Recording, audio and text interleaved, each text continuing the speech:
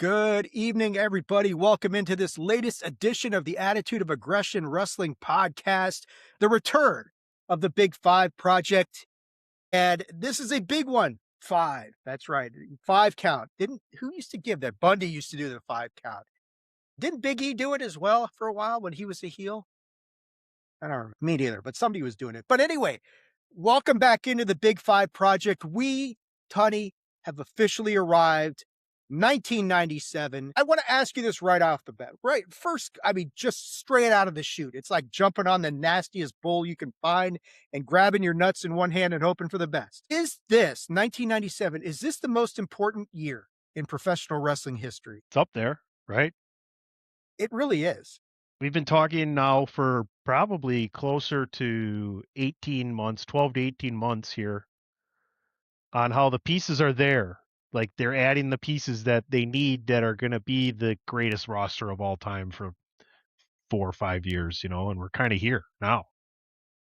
Yeah, you're right. I mean, and we're going to see in this event that just you guys who are tuning in know we're starting off 1997, Royal Rumble 1997. This is the year that things really change. This is really we've talked about Survivor Series 96 was kind of like the beginning of the Attitude Era to a certain extent. Well, there's no disputing that what happens at the events of Royal Rumble 1997 are absolutely the beginnings and the real start of the Attitude Era. And we're going to get into it here tonight on this episode. It's going to be a good one. 97 in general is going to be awesome. We're going to cover 7 events in 97 because we got the Big Five, and then we got 2 side quests that we're going to do in 97 as well.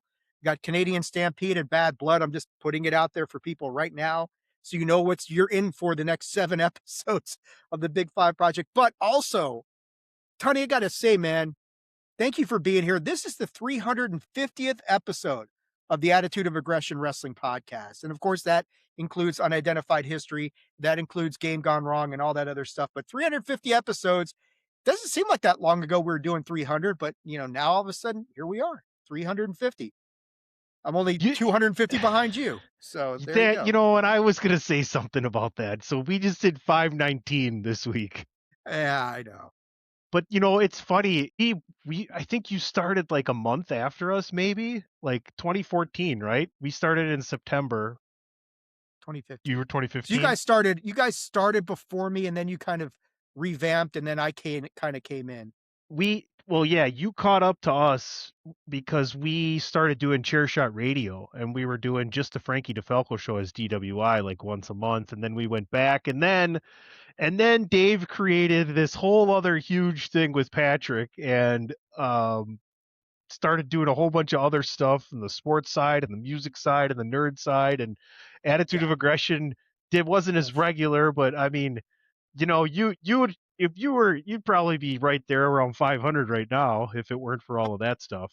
Well, I think, let's be honest, if old Gator had stuck around, that would have helped a lot. That was a big thing. But I honestly, if I hadn't branched out with your great idea to branch out into this other stuff with Unidentified History and Game Gone Wrong, I'd still be stuck in the late 280s or something like that by now. It's been a wild day, and I don't want to talk about it too much because, that's something for a different episode. But on the Unidentified History side of things, wait, first though, I got to say this, and then we can move on with the rest of the show. And I know you want to talk Unidentified History here for a little bit. Just very briefly. But congratulations on 350.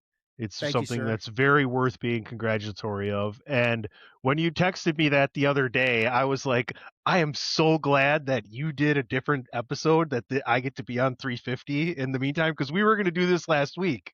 Yeah. And other life happened, and stuff. But I'm always very proud of my contribution to your website and podcast and shows. And it's like my second home right here, Attitude of Aggression. Yeah, and I appreciate it, and things worked out okay. We had the UAP Con came in between, and that kind of gave me 349, and then here we are at 350. Yeah, all I'm going to say about the UAP files is stuff got released today. I'll give him credit.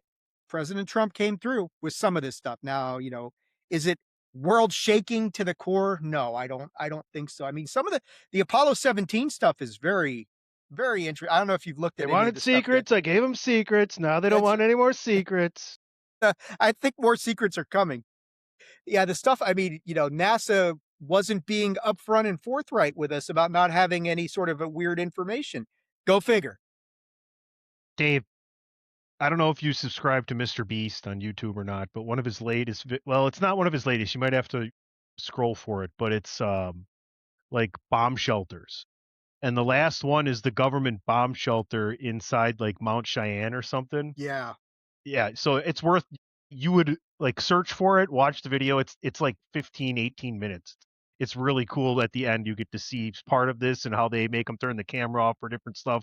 And they actually do a funny joke where they talk about alien life forms, things of that nature. So it's hilarious. If you're an unidentified history person, check out the Bomb Shelter Mr. Beast special on YouTube, his YouTube channel. Yeah. And I'm sure I'll be doing something on unidentified history to address some of this stuff. I mean, some of the pictures are like the one taken from the moon, where if that's real, where there's like some triangular light formation on the moon, it's like, okay, I don't have a good explanation for that, that sort of thing. So we'll see what comes of it. It's a good start. I think, I was like listening on some of the guys' shows today, and I think part of it is them trying to gauge the public interest. Is the public interested in this? Is there going to be is there mass panic going on out there? Are the religious institutions crumbling in the wake of the fact that we released a little bit of this? No?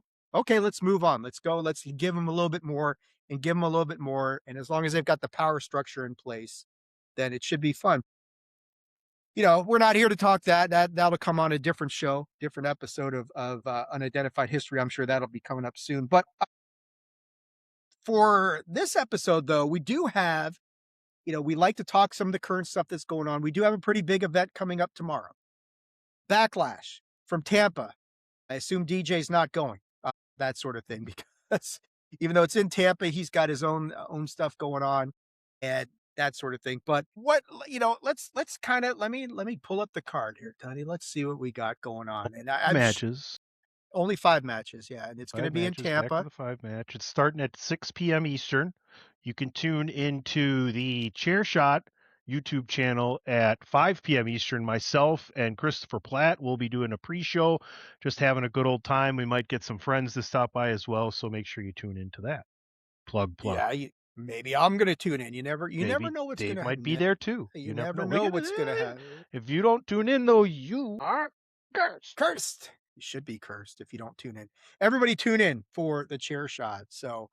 Uh, so let's kind of run through the card a little bit here and see what's happening on Backlash. So this first match that we've got, Danhausen, you're talking about being cursed. There you go, Tony. You are cursed. Danhausen in a mystery partner versus Kit Wilson and The Miz. I guess the question I got for you is, who's Danhausen's mystery partner? I mean, WWE lately I mean, let's be honest, lots of people have been released in the last week or two. I think the most shocking release of the week came in the form of one of the top 5 tag teams of all time in the New Day. If you're just going straight on success and on title reigns, they're one of the best of all time. I We're mean, talking shit, about. you're. I mean, who would be that top 5 would be who then?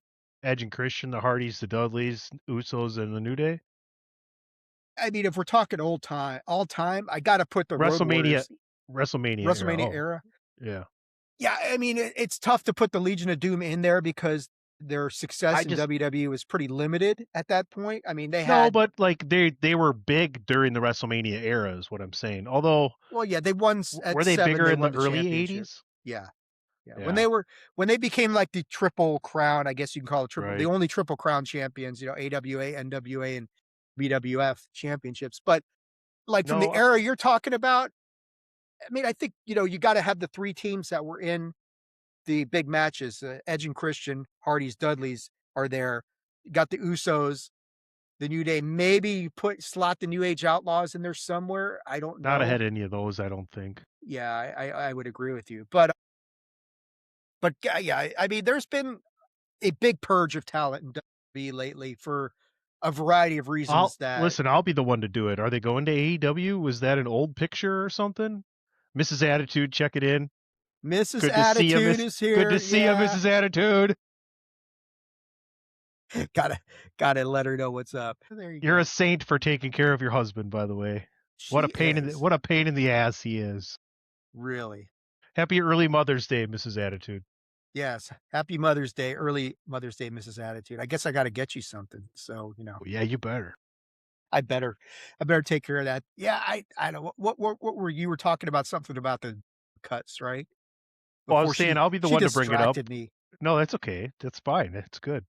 She's a good distraction. I would say. Is the rumors of them going to AEW true? Was that an old picture that Kenny Omega posted, or what was that? That was from a few years back at a, I think it was a Street Fighter tournament that they Yeah, had yeah, where it was, yeah. Kenny and the Bucks Yes. and the New Day were there. It is an old picture, but I would be How many I 60 day no compete? yeah, that's true. You are going pretty soon for Disney, so I guess I should do it. It's always difficult when they do the releases, whether the non-compete clauses go into place right away or whether they're voided by the fact that they're released. Does the release void the contract? I've always been of the opinion that if you're terminating their contract, that releases them from the contract and maybe the non-compete as well. Well, with that clause in the termination, like your termination is upon a 60-30 90-day no compete. Like I don't know, they said it was mutual as well, but like I would only almost I would believe that they maybe went and said, hey, not being disrespectful, always going to be our home. We'll be back for our Hall of Fame induction, but if you're not going to use us, can we go? That's kind of how I Well, feel. Like that's how I hope it went. right. And Ray's speculation is that they were offered a cut and pay and they said, no, we don't want to do that. And they said, well, then we're going to release you. And they said, The rumors about a lot of non super upper level talent having to take pay cuts, that would make sense. yeah. I would think that they would go to AEW rather than go to anywhere else. I mean, they're not done yet, and you wonder, Big E's obviously the situation with him, he's not going anywhere because No, he's got a he's good thing not. with WWE. Dan and I said the same thing last night. So he's not going to, I mean, if he could still wrestle, maybe but that would have made a difference to the whole circumstance. It's exactly what we were saying. Like that it's been very minimal, meaningful programs since Big E has gotten hurt. Like right afterwards, yes. And then a little bit after that, yes. And then they Well, redid the Usos New Day thing, yes. But since yeah. then, no. And the heel turn never worked out for them. They had that good moment at WrestleMania 41 where they won the titles. They had a good run in NXT where they were champions, but beyond that, it just never landed. So I think they end up in AEW. To be honest with you, Tony, I think that'd be the perfect place for them. The tag team division there is very strong. You've got the built-in rivalry with built-in rivalry with FTR. Remember when they debuted and they squashed the New Day on that one match on Raw when they were And the revival. as much as I hate to say it, I guess the Young Bucks against the New Day is a dream match. I mean, I would love to watch that, and I think they'll be revitalized down there. It's a lot of stuff. I mean, the question, of course, comes down to will Tony use them properly? And that's Well, always a big issue. here's the thing. Can they help down there, right? Because, like, I feel like if people who listen to Dan and I feel like we hate AEW, and I don't hate AEW. I just don't think it's very good. It's not for me right now.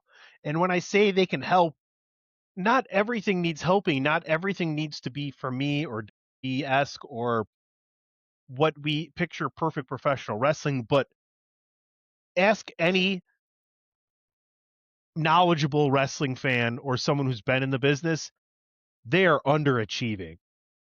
With the roster that they had, yes.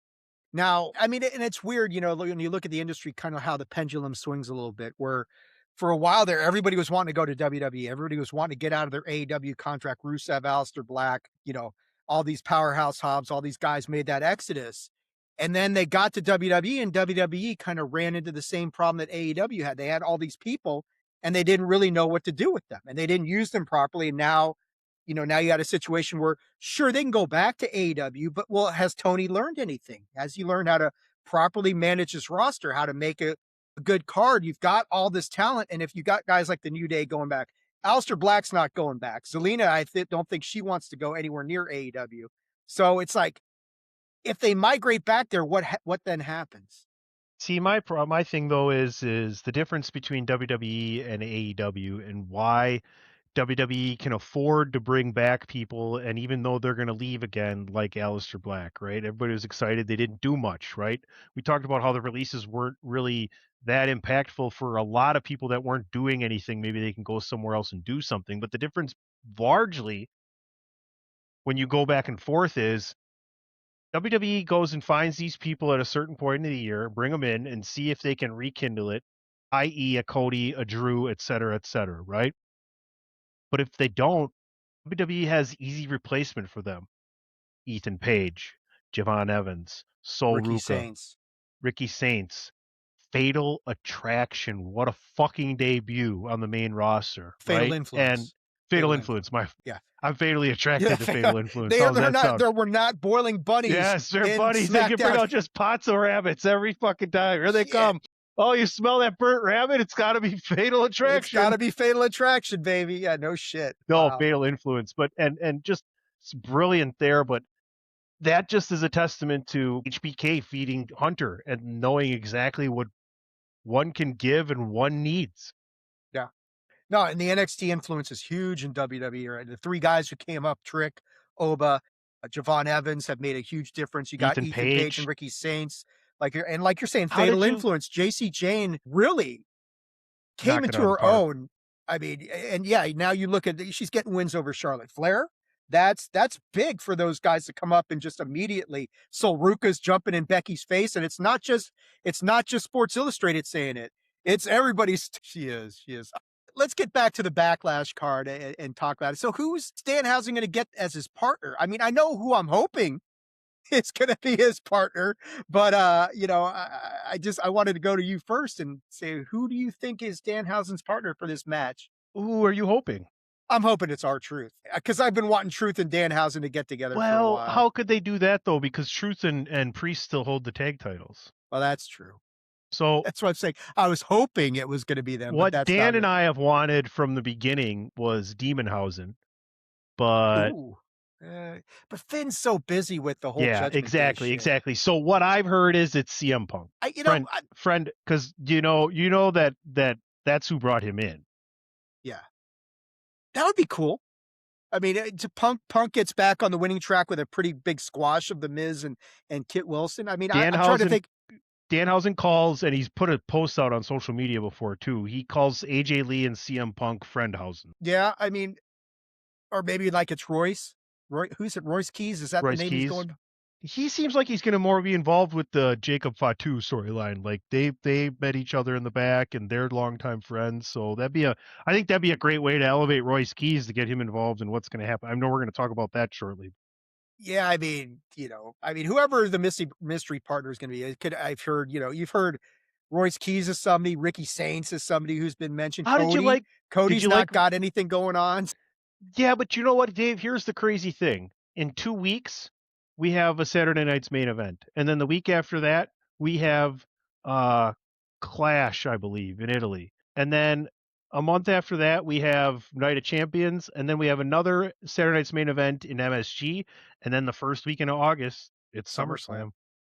Yeah, it doesn't slow down, that's for sure. But whoever's going to be Danhausen's partner, they're obviously getting a win. Miz is not getting a win here, so I've wanted to ask you this question a couple different times here. You've brought him up. How did you like? And by the way, Cody is just not doing it for me lately. But how did you like Ricky Saint's debut, his promo? Because Cody and him had a fine enough match. You know, they know each other great. But I was underwhelmed. And Saints does not look like he's big enough to be any kind of main title star to me. no, he doesn't. I mean, his promo skills are fine, that sort of thing. I didn't mind that, and him and Cody have history. I'm sure Cody did everything he could to put him over, but like you're I would saying, imagine. Ricky's, from the standpoint, I mean, when you look at Ricky and you say, yeah, that's U.S. Championship, that's IC title territory, that sort of thing. But challenging for the WWE Championship, when you look at the two guys at the top, which is Roman and Cody right now, it's like, yeah, how do you put him in there? That sort of thing. You know, that's not a knock on Ricky. He's obviously got talent. We know we've seen him. He's a talented guy. He's a good wrestler. But when you compare and contrast him to the guys at the top of that card, it's like, yeah, he doesn't really fit in here, that sort of thing. But um, That was, I think I'm like you, underwhelmed would be a good word for the whole thing, and it's all right. I want to talk about this match though. This is the match that we didn't get at WrestleMania that it looks like we are getting now, and that's Io Sky versus Asuka. Lots of history there with these two. One of the big releases, one of the most unpopular releases from the whole WWE crop lately is Kyrie Sane. Fan outcry for this has been loud and vocal, to say the least, to bring back Kyrie, that sort of thing. Do you think that could there be anything to that? Could there be a Kyrie Sane return that maybe, and we saw this, whether you believe the whole R-Truth thing when he got released previously, if you watched Unreal, and I have completed all of season 2, did they cave to the fans' pressure? Was this all in play? Could they have duped the fans a second time? Absolutely. I think they could have played the whole Kyrie Sane thing knowing that this match was coming. So I'll go to you first. Who do you see winning this, and is there a Kyrie factor at all in this whole? Boy, I doubt it, but it'd be great if it was because they kind of wasted the whole thing. Maybe they knew that they were going to get rid of her, so they didn't want her involved in the feud. That's a possibility as well. Dan and I joked, what if they gave this match 7 minutes, like every other WrestleMania match besides a few? Like that would be just the biggest waste ever. You finally Yeah, get these for these two two. in a match, and it's a 7 minute match at Backlash, and then they both go their own way. Well, this has a prospects to steal the show. It really does. I don't I don't disagree at all. This should be a feud that goes on throughout the summer that culminates in, some kind of title involved at some point. I mean, like they could have they could have headlined night 1 for the title if at Mania if they would have done the story right. Yeah, There's no question. yeah, Everybody wondered why you had Io who was one of your top 5 stars the year before and no WrestleMania match. yeah. She Insanity. helped. She helped Rio win the championship, and then And they it's split not like the a Tiffany them Strat up. Yeah, and it's not like a Tiffany Stratton situation where she just like it just didn't continue that upward trend. It downticked a little. It was still one of the most popular wrestlers in the world. Absolutely. Who you got winning this one? I got my thoughts, but I want to hear what you have to say first. I would say Asuka should win this one. Like, Do you? let's get her back involved in the main event scene. You can always have Io take some time off and come back. She lost her best friend. She's going to take a break. She's been going pretty hard. I don't think she's had some time off in a while. And I would love to see Asuka get another title run. That's for I sure. Because whoever she loses that belt back to, that's huge. I like the call to have Asuka win here. That being said, I'm gonna go with Io just because I think like, you want to keep her at the top of the card, and maybe like you were saying, she should have had a match at WrestleMania. She didn't. They give her a moment here. But either way, whoever wins this, I 100,000% agree with you. This should not be the end of this feud. This should stretch out. Let's get a few more matches out of these girls because they can obviously bring it. And there's a lot you can tell as far as a story between just two of the most phenomenal female wrestlers from Japan that we've had in ever. I Or mean, I think just, ever. yeah, not just Japan, but the entire world. Yeah. Yeah. Yeah. This match, if they give this, yeah, 7 minutes is not long enough, but I mean, give this 10, 15 minutes would be a good spot for these two to just tear it down. 12 to 16. That would work. I'd be okay with that. We get the rematch, Trick Williams versus Sami Zayn for the United States Championship. Sami Zayn has just kind of become, I mean, what are you thinking of Sammy right now? I know that this whole heel persona is, I don't know if it's landing with you or not. How are you feeling about Sammy right now? It's interesting. Like he's getting Trick over. Yeah.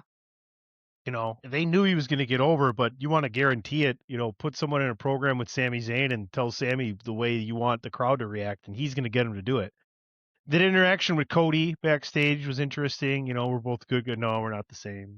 I had loved the weeks prior where I knew Sammy was in the gingerbread man outfit, and that was great. And then to beat up the Trick kind of gingerbread guy was hilarious. It's just going to be a long, slow building him into this evil persona and see if it's big enough for him to win the title at WrestleMania next year because I think a lot of people want that. Well, I mean, I think the big factor for next year is Saudi Arabia. Exactly. That is got to be foremost in their minds as to how do we Why get can't Sammy into that yeah. spot? What's the best way to get him into that spot? The problem is if you put him in there as a heel, the Saudi crowd's not gonna support that. They'll cheer for him I anyway. It could be his Toronto, it could be his Alberta. That's true. We're talking to talk Canadian Stampede in a few episodes, and that could exactly be what's going on there. I want to ask you, John Cena is supposedly going to make some earth-shattering announcement at Backlash. You got any? I mean, they always say this, and it always lands like a wet fart in church. It's just nothing substantial. Like Triple H said, we got a bunch of surprises coming, and there are none. I think if I had to guess, I'm going to speculate that they're going to announce that WrestleMania 44 is going to be in Nashville. That's my guess. That, and he's also been working on that new WWE, like, experience. In So, Saudi? 4 days ago, he tweeted, "It's official." I just we follow each other, so, just want everybody Yeah. to know that. It's true, by the way. John Cena Yeah, and I wait, follow each other on X, just guys want you to know that. John Cena was following me on X when I had an And X account. sure, Dave, whatever. Yeah, okay. Right, Dave, sure. Right. Good. Oh, hold on. We got Suzanne Landers from Somewhere in the Skies. You never met Suzanne. Suzanne, thank you for tuning in. I'm glad you're here. Susan and I have not talked much since the X nonsense went down where I was banished for something that wasn't my fault. But thank you for tuning in, Suzanne. We'll try and be classy. Suzanne's an attorney like me, Tunney. So now you got problems. You got two attorneys in here, and that whole thing's I yeah, have you don't care. I have like a half a dozen friends who are attorneys, so I'll just get you all on the call together and then I slip away while you argue with each other. Yeah. No, but hi I think Suzanne. Suzanne's Thanks for tuning in. yeah, hey, Suzanne saying hi. I think you're in Tennessee as well, if I remember correctly. But yeah, I think Nashville's definitely the front runner for 44. And I think that's gonna be made pretty official pretty quick. So he's been working on this new WWE experience for the superstars and fans. It's a new kind of WWE interactive thing. So I think that's going to be a large part of it. And yes, I think WrestleVotes on the podcast was saying that Nashville was negotiating for 44. So I wouldn't doubt it Yeah, I think they were in the running for it before it went to for a Vegas for 2 while. years in a row. Yeah, they've been like Minneapolis was in the running and then they capitulated and said, "Here's SummerSlam," Here's It's, two night "Oh, okay." SummerSlam. Well, hey, Here's two a night two-night SummerSlam. SummerSlam. It's like, "All right, that works." You know what though? They're going to probably get more tourism dollars in August than they would have in early April up in Minneapolis. Yes. Yeah, I mean, there's more to do. I mean, it just In August, climate-wise. yeah, oh my God, it's like yeah, you're set. Yeah. Yeah, so Suzanne's here. Maybe we gotta get Ryan Sprague in here. Ryan was doing a wrestling podcast for a while, and Ryan runs Somewhere in the Skies, and he would have fun on some of this stuff. But yeah, is there any chance that John says he's coming out of retirement? I say zero chance of that. But you don't know. I mean, would that be the earth shattering? Are you going to lean in with the raised eyebrow? Yes, exactly. So no chance of that. But you never know. Never say never, right, Tunney? Except this time we're gonna say not this I'm not gonna say never, I'm gonna say not this year. So that sort of thing. Objection, Your Honor, hearsay. Overruled. But that's okay. Thanks for playing the home version of the Was game. that a proper objection there or no? No. Okay, well, there you go. I'm not a lawyer, and I did not stay at a Holiday Inn Express last night, so Yeah, nice, nice. You got any chance Sammy wins it? I mean, I know people are talking about doing something that's gonna shake up the landscape of I WWE, but this is so not it. you're talking any chance Sammy wins the title back? No, so what I think is you need to get Sammy and Trick away from each other now. And the best way to do that is to have Lil Yachty get involved and the ref not see it and Trick wins and everybody loves it. And then Sammy blows up on the ref. So now Sammy's a bad guy, but he's not involved with Trick anymore. His beef now is with the ref. His beef now is with the whole WWE conspiracy thing you can start up with again. And, he can start the slow descent, but I think Trick needs to move on and Sammy needs to move away, especially if you're going to go in those directions we talked. Yeah, I'm hoping we get like Trick Mello. Let's get those guys back in a feud on the main roster. That could be a lot of fun for the United States Championship. But you're right, Sammy needs to move on. It feels like they're trying to bide their time until KO can come back, for Sammy Is and he that ever sort going to of come thing. back? He will, I think eventually. Maybe. I'm hoping He's doing a lot beyond of hope. he's doing a lot of non WWE stuff right now for He's had a lot of TKO, I hockey think. games lately. He's had a lot of Yeah. hockey games lately. This match is going to be very interesting. Seth Rollins takes on Braun Breaker. Boy, these guys have been doing some great work, man. I mean, and the promos that they've been cutting have been really good. And, I mean, I'll go first on this one. I like Braun to win this match because I think Seth, I mean, there's going to be nonsense involved. The Vision will get involved. It'll help Braun get a win. But Braun's coming back. He needs that win over Seth. And I think Seth is trying to, like he kind of put over Gunther at WrestleMania.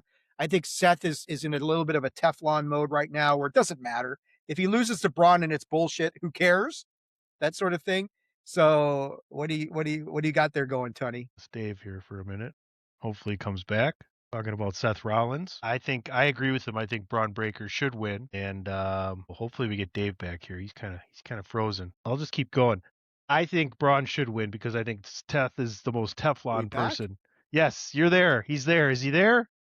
I'm here. It was just spinning and doing this whole trying to reconnect Yeah, bullshit, but it never I stopped. was I was riffing, not Okay. well, but you were talking about Braun's time to win. I agree. I'll be quick and then you can get back into where you were just so we kind of keep the flow going here. I was saying I think Seth is the most Teflon guy on the entire roster. Like it doesn't matter if he wins or loses. Like it does and it doesn't, but like right now it doesn't. And Braun has already failed at this task. So have him fail again, especially with them finally getting a good version of the Vision back together, and Paul's gonna lead it, and we've seen that, right? I thought the best part of the episode though was at the beginning where we had the callback to Seth after Roman's being told it's not his time to open the show, looking at Roman going, "You're in my way." That's happened Well, before. That's happened there's before. there's foreshadowing there. I mean, if these Force. guys, What did you the password is the fourth. yes, foreskin, Billy. No, I You think son of a bitch.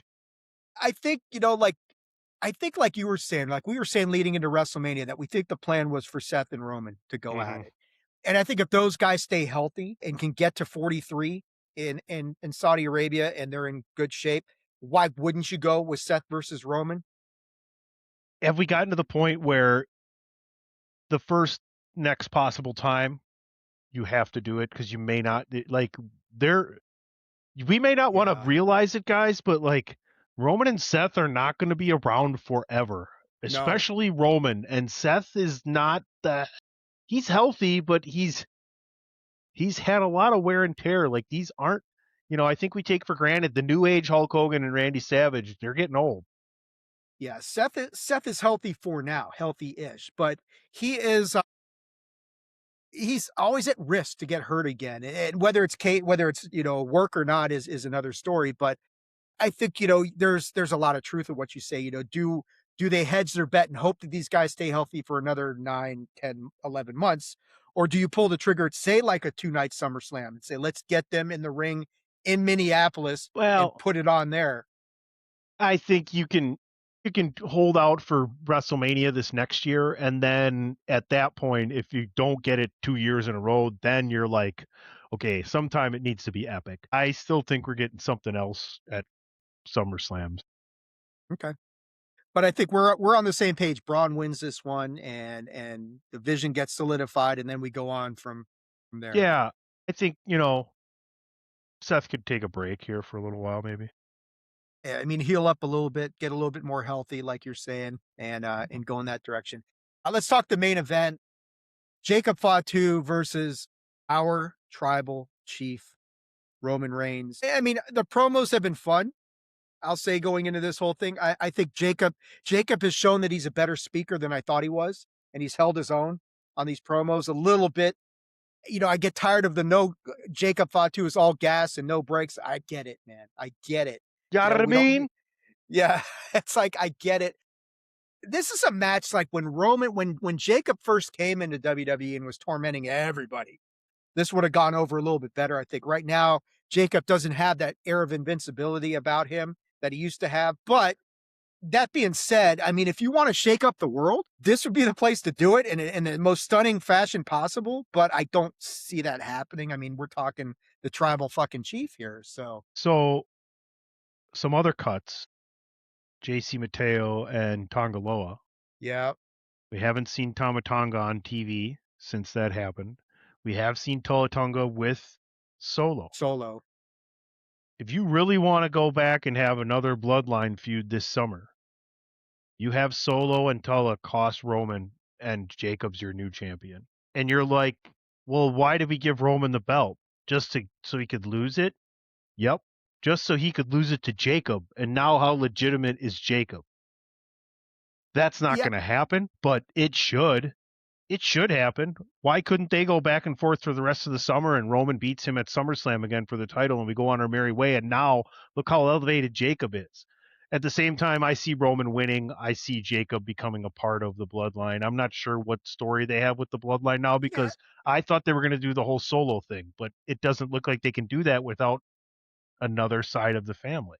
Well, that's the thing is you've got, I think, if you're looking for good contenders for Roman before you can get to Roman versus Seth or possibly Roman Cody 3 somewhere down the line, Solo. Tala Tonga's a good, I mean, if Roman's going to run through this bloodline sort of light kind of situation, Does he beat them Jacob, all and yeah, then they all fall in line with him and now there's 6 of them?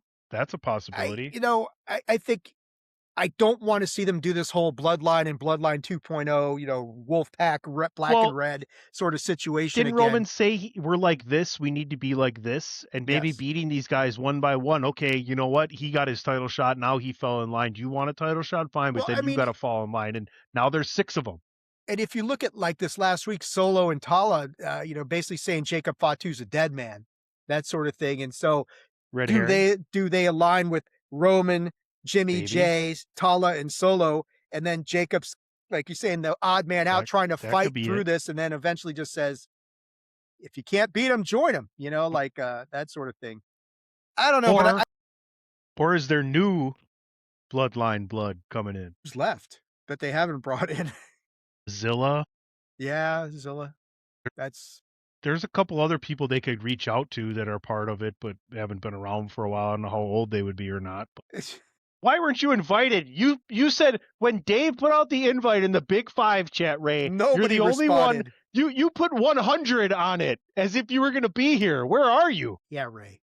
What Seriously, how do here I'm gonna look you at the said? here. Dave's like, well, Dave, everybody know. Just hold on. I was checking out my mutual follower John Cena's line. Let me get off of there and check this out. Yeah, you can't Here it see is. him, but Tomorrow, see that 100 there? that's Ray Cash. That's Ray Cash. That's As Ray if like, Cash. oh, 100, I'll be there. Yeah, Ray's too busy being Christoph over in the phenomenally funky facts. Christoph, not Cristobal. Kayleen saying, yeah, there you go, Ray with his demon emoji.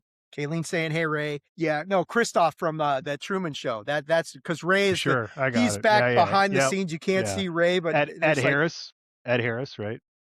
now we got AJ in here. Did we miss trivia for this? We got trivia done, AJ. We got I am the victor, I am the ruler of all I survey. Speaking of rulers, we're about to get to the ruler of the world in You this guys wouldn't. episode. I wasn't even there, and I bet you guys dicked around forever, and that's why it took for No, so long. not really. Okay, not really. Not really. All right. Let's get into it. Let's move along here and the main event of what we're here to talk about today. This beginning for real of the Attitude Era, the Royal Rumble 1997. When last we left off on the Big Five project, we had just covered Survivor Series 1996, talking about masters and rulers of the world, Tunney. Sycho Sid captured the WWF Championship from Shawn Michaels because Jose Lothario was having a heart attack, and Shawn decided he cared more about his mentor and his trainer than the championship. And Sid said, okay, I'm going to hit you in the back with this freaking camera, and then I'm going to power bomb your ass, and I'm going to take the title, much to the delight of virtually everybody in Madison Square Garden. Should we plug Bandwagon Nerds right now? Go ahead, plug it. Much like Daredevil when Cherry was having a heart attack. Yes, that's very. My God, I did not realize that, Tuddy. Daredevil is Shawn Michaels, and Cherry was Jose Lothario, and Bullseye was kind of Sid, but not really because he rescued him. So that, yeah, I guess I could see the correlation there. Tune in Sundays at 2 Eastern, the Bandwagon Nerd. Have you watched any of the shows this week? I'm just Not curious. Have yet. you watched? No. Yeah, okay. I'll shut the hell up then. So, but So after Survivor Series goes down, we get on the road to the Royal Rumble 1996, and there's a few storylines to talk about on this leading into this thing. Let me find it. Okay, we got that's not it. That was I'm looking up something earlier today Well, from that was Pornhub. it was Pornhub. That's right. Hey, my wife's on here. No, just kidding. Women Sorry, over babe. women over 90. Yeah, we're just yeah, women over 90 dot. Well, that's what it Um, is? it is now. So we got a few feuds to talk about heading into this event. So the one of the big ones was Goldust and Triple H, who's still known as Hunter Hearst Helms. We have not got the gimmicks quite yet, but we're getting there. And this is kind of more of the same sort of thing. So this whole feud is kind of circling around Marlena. And they had In Your House 12, which I think they did it like in Daytona or something like that in front of 5,500 people, or I don't know which one it was. But anyway, Helmsley tried to seduce Marlena, and Goldust responded by attacking Helmsley, and this set off a whole big series of things. The feud escalated December 30th, 1996 episode of Raw. There's a match between Goldust and Jerry Lawler. Helmsley comes to the ring. He tries to carry Marlena away. Mark Merrow gets involved, so forth and so on. So Merrow had dropped the Intercontinental Championship at this point in time to Hunter Hearst Helmsley. And then we're going to get this match here at the Royal Rumble. We got on July 22nd, 1996, and we talked about this on the last episode. Farouk, Ron Simmons came in, made a big impact, injured Ahmed Johnson. Ahmed had a real kidney injury. They wrapped this story around it. This went on for months. And when Ahmed came back, he started attacking the Nation of Domination, finishing a 2x4, channeling his inner hacksaw Jim Duggan, ho, and doing all that sort of stuff. So we're going to get the match here between Ahmed Johnson and Farouk. We get this interesting Vader and Undertaker situation where Vader kind of falls out of the whole title picture, where he was going to take on Shawn Michaels at Survivor Series 96. Shawn, of course, got pissed off for all the bullshit that happened at SummerSlam 96. Insert Sycho Sid. Sid wins the championship. Vader then starts this feud with Undertaker that kind of comes out of nowhere. Undertaker just gotten done with this whole thing with Mankind and with Paul Bearer and all that kind of stuff. And here we have Vader stepping in, and it's like I think like Undertaker attacks Jim Cornette, and that's kind of the impetus behind this whole thing. Well, we had speculated on the last Big Five that there was a weird dark match between Shawn Michaels and Vader, and maybe Vince didn't like what he saw and pivoted over to That was part of it, but I think a lot of it had to do with that SummerSlam 96 and how Vader fucked that up. You know, he fucked up a few spots with Shawn. Shawn pulled his card, you know, because Shawn had a lot of stroke back then. And he said, I don't want to work with this guy. And Vince said, well, how about Sid? You got good chemistry with him. And Shawn said, yeah, let's go in that direction. Shawn's like, yeah, no problem. He has half the brain that I do, and I'm twice the man that he is. He's better on live streams than Vader is. So, but speaking of Sid, so this was the plan all along. Was the big pivot to Sid was Sid will win the title, and then Vince, and this is all wrapped around this interesting location for this event because this takes place January 19th, 1997, at the Alamodome in San Antonio, Texas, with Jim Ross, Vince McMahon, and Jerry Lawler on commentary. Now, going to the Alamodome was a big departure for WWE at this point in time because they had largely been kind of catering to these smaller venues. It had been 5 years since WWE had 60,000 fans in attendance at an event, right? I mean, this is 1998, so you're looking at when was the last time they did anything like SummerSlam 92, somewhere in there? I mean, it'd been where they're at Wembley in front of 70,000. I mean, it had been a As while far since as they a tried big, a yeah. big event like this, and they were at this point in time, they were running like, and I think yeah. So the December 1996 In Your House, 5,700 people in West Palm Beach, and I think when you look at what WWE is doing at this point in time, the Monday Night War is hot and heavy at this point in time. WCW is well into the whole 83 weeks run that they're having. Hulk Hogan, NWO are running wild. Literally. Uh, and WWE is still reeling a lot from the shit show that was like 1995. They're starting to pick up momentum and that sort of thing. But they've been largely catering to these smaller crowds, these arena shows. And I think it was Bruce Pritchard in one of what was his podcast? What is it called? I'm drawing a blank. Shit. What is Something's Bruce burning. Bridge? Well, No. that's Bert Kreischer.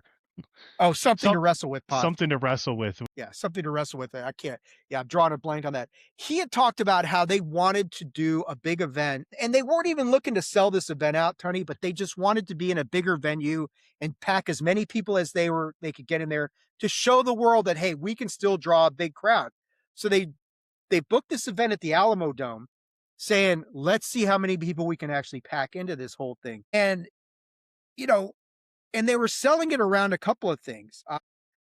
Shawn Michaels, of course, the hometown hero from San Antonio, with the prospect of him recapturing the WWF Championship in his hometown. WWE did a lot of stuff to try and move tickets for this event. They, they were trying to get 71,000 people in there. They really, I think, like they had. So let's see, 71,000 was a capacity for Alamodome. In the end, they got 60,525 fans with 48,014 paying for the admission. So they comped a lot of people for this event, and that's okay. They lowered the prices significantly. Seats $18 for a pay-per-view. God, I wish they were doing that stuff nowadays. I'd be all over that stuff. Shit.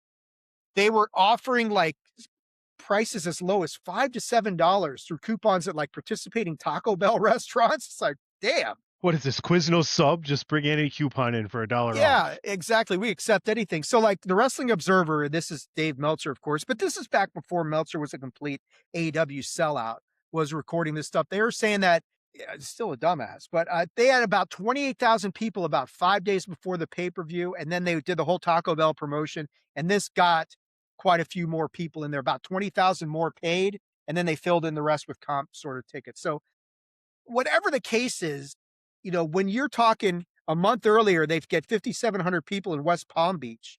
And then a month later, they get 60,000, however they got there.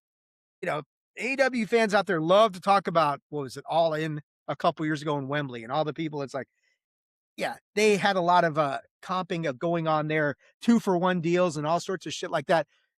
And we've been critical of AEW about that, but when you look at this event, it's very comparable to that. Let's get as many people in here, however we get them in. It's going to create this great perception and this aura. And it worked for AEW brilliantly because people have been latching onto that for years now since it happened.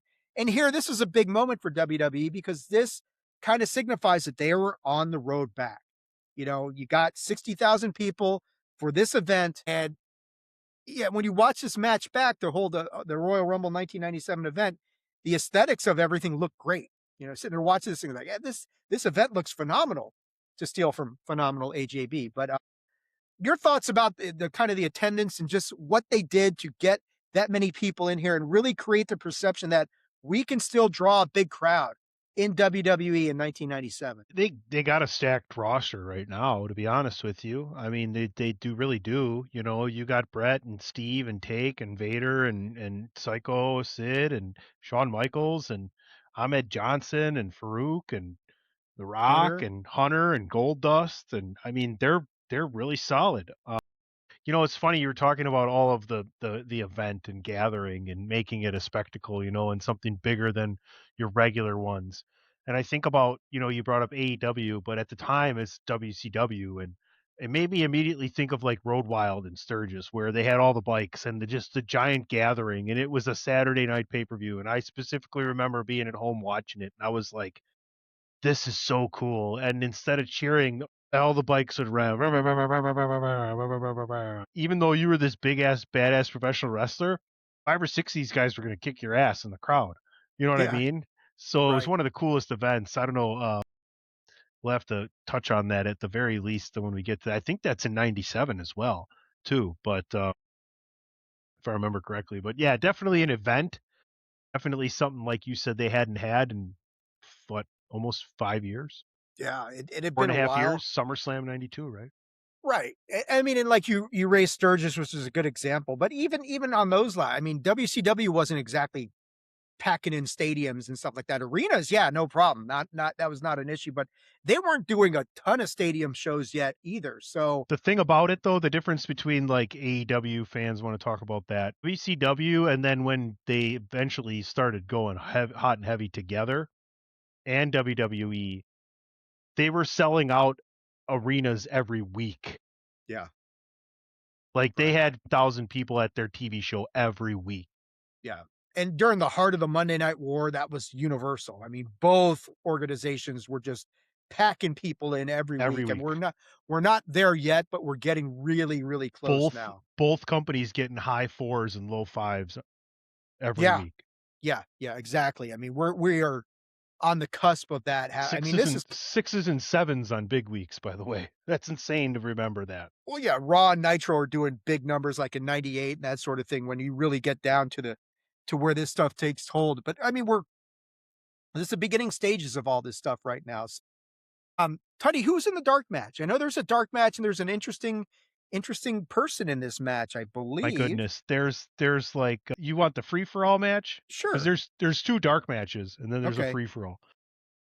It has a lot of AAA. It's Perro Aguayo Jr. and Venom defeated Maniaco and Mosco de la Merced, and then Blue Demon Jr. Octagon and defeated Abismo Negro, Heavy Metal, and Hysteria. And then the free for all match was Mascarita Sagrada Jr. and La Parquita defeated Mini Mankind and Mini Vader in a midget match. Yeah. And so they got it was smart because they're in Texas or in San Antonio. And so one of the big selling points was to the local audience is like, let's get a lot of the AAA guys in here. And they sure did. And granted, most of them are in these dark matches. You're going to see some of them in the Rumble as well, that sort of thing. But this was kind of smart. But one of the guys, and I was reading some of this, ends up being one of the guys, Hysteria. You mentioned Hysteria, right? And Hysteria actually is he's going to be an eventual ECW television champion. Super crazy. Super crazy. So he was in a dark match here at Royal Rumble 1997. So I thought that's kind of there's some if AJ's still listening, there's some trivia for you, Trickster, right there. They also have the six-man tag match after the Taker match in between the Rumble there with a lot of the guys. Hector Garza's in that match, Pedro Aguayo. Yeah, exactly, exactly. So talked about the dark matches, talked about the free for all. Let's get into the actual card. And we talked about this. This was one of the feuds leading into this thing. We get Gold Dust with Marlena taking Hunter Hearst Helmsley, who has Mr. Hughes with him for the Intercontinental Championship. Hughes came in after, Mr. Perfect was supposed to be running this stuff with Hunter, but he left. And then they bring in Mr. Hughes, who is only going to be around for a short time, Tony, like a hot minute sort of thing. Like he lasts a week. Mr. Hughes ends up getting hospitalized with heart and kidney issues, winding up in intensive care.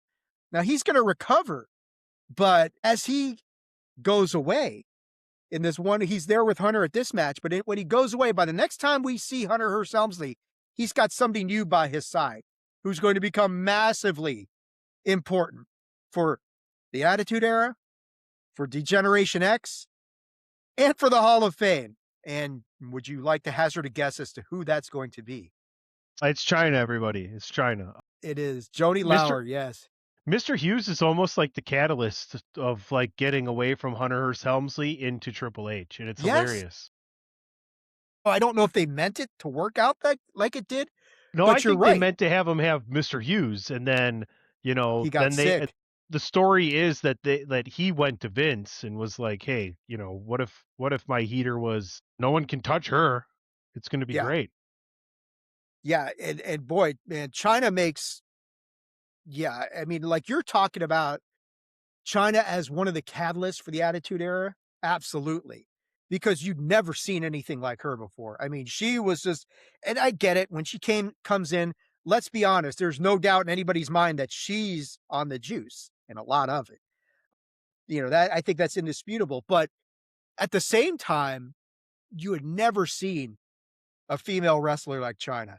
She wins the Intercontinental Championship, you guys. Yes. Yes, doesn't she eliminate Mark Henry from the Royal Rumble at Yeah, some point? I mean, she has multiple eliminations in the Royal Rumble, I believe. yeah, I mean, when she wins the women's championship at one of the WrestleManias coming up, people are like disappointed because like it's fucking throwing Ivory around like a rag doll. There's no doubt she was going to win that thing, but It's funny because like I think she might have had one decent women's title run where like they actually gave her a good story with a good opponent, but her world title runs were not good. Her best stuff was as a the men versus women match or being physically involved as a second. Well, it's just like it's one of those situations where it's like, who do you credibly use to get the belt off of her? Because they're not running multi-person matches quite yet. That's Well, not a thing, and that's the only way to get the belt off of her. and the women's roster really doesn't have anybody God, like no. they do No. now. No. Yeah, I mean, we're still a few years away from Trish and Lita and people who, like Trish versus China, when Trish was in her prime, that would have been a fun match to watch, that sort of thing. But we really don't get that. And it's okay because China serves a very important purpose when we get to there. But that's coming up Like next. the That is the not dream here. match for China for me would have been Beth Phoenix. Yes. Or now Rhea Ripley, or Jade Cargill. Rhea, There's people she could Nia, work with now. Yeah. I mean, powerhouse women, even Charlotte now could have Bailey. given China a good fight. But in any case, we get back to this match. Goldust comes down. He's very over as a babyface. This whole transition, Goldust has been a heel his entire career. He comes out as a face. He's got a good response. It's a pretty good match. It's a bit slow. The ref gives the boys a ton of leeway. There's lots of interference down the stretch. Goldust is going to take advantage of a distracted ref to slam the Intercontinental Championship belt into Triple H's face. But Mr. Hughes, he's going to pay dividends at least for a little while, is going to save Hunter by pulling him from the ring.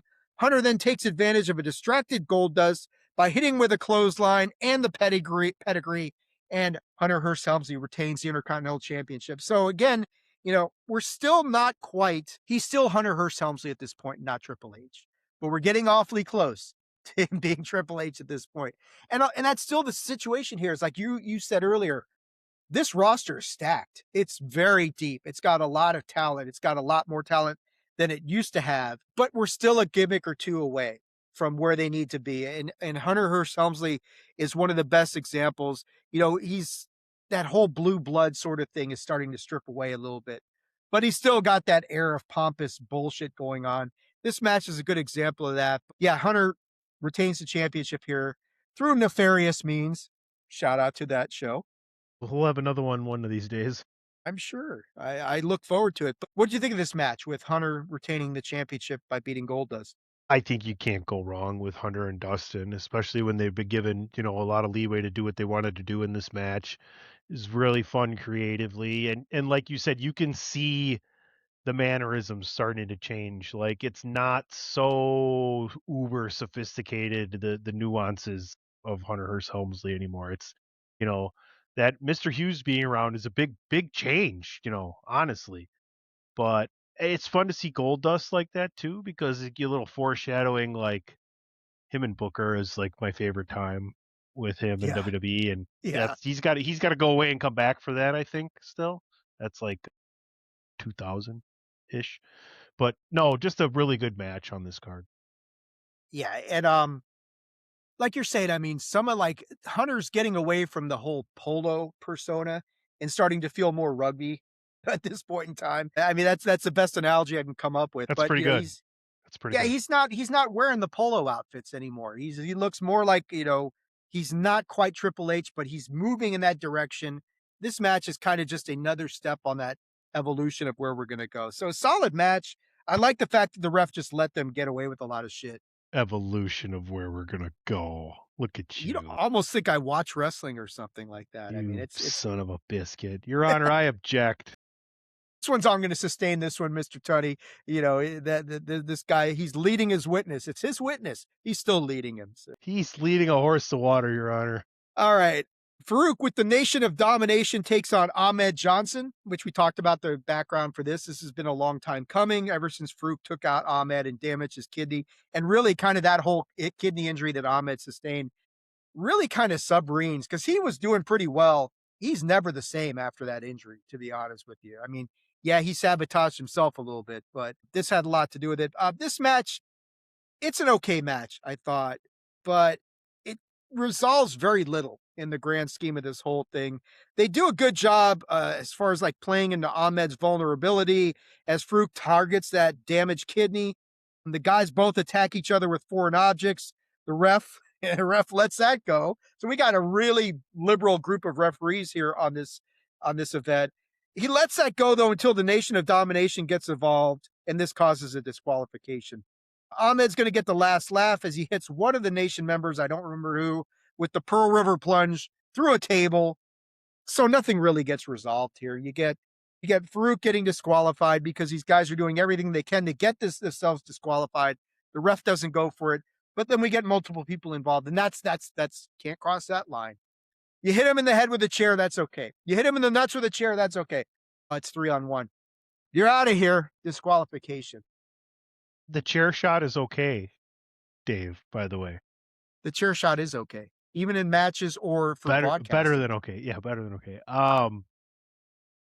You know what I miss is we are the nation of domination. Domination. The nation. Oh, it's such a great, powerful, like it's just like it announces their presence, which is so dominant. Yeah, it's funny, like you mentioned it, but like at the Royal Rumble 1998, a year from now, we're going to hear that like multiple times. That song comes on so much, you're like, I'm sick of this already. But like you're saying here, it's really powerful in 1997 and it carries a lot of weight. And there, we're not to the point yet where the factions have really taken over. That's later on in the Attitude Era. But this is one of the really more dominant early factions paving the way for the Attitude Era. Do you believe the telephone gossip game that Ahmed's injury from Ron was a receipt? I could see where Ahmed would have pissed a guy like Ron Simmons off enough that it could have been. I hope not, because that's a terrible injury that he sustained. If that really was a receipt, that kind of sucks. But yeah, I don't know. From what I've heard, I don't know. I'm just saying what I've heard.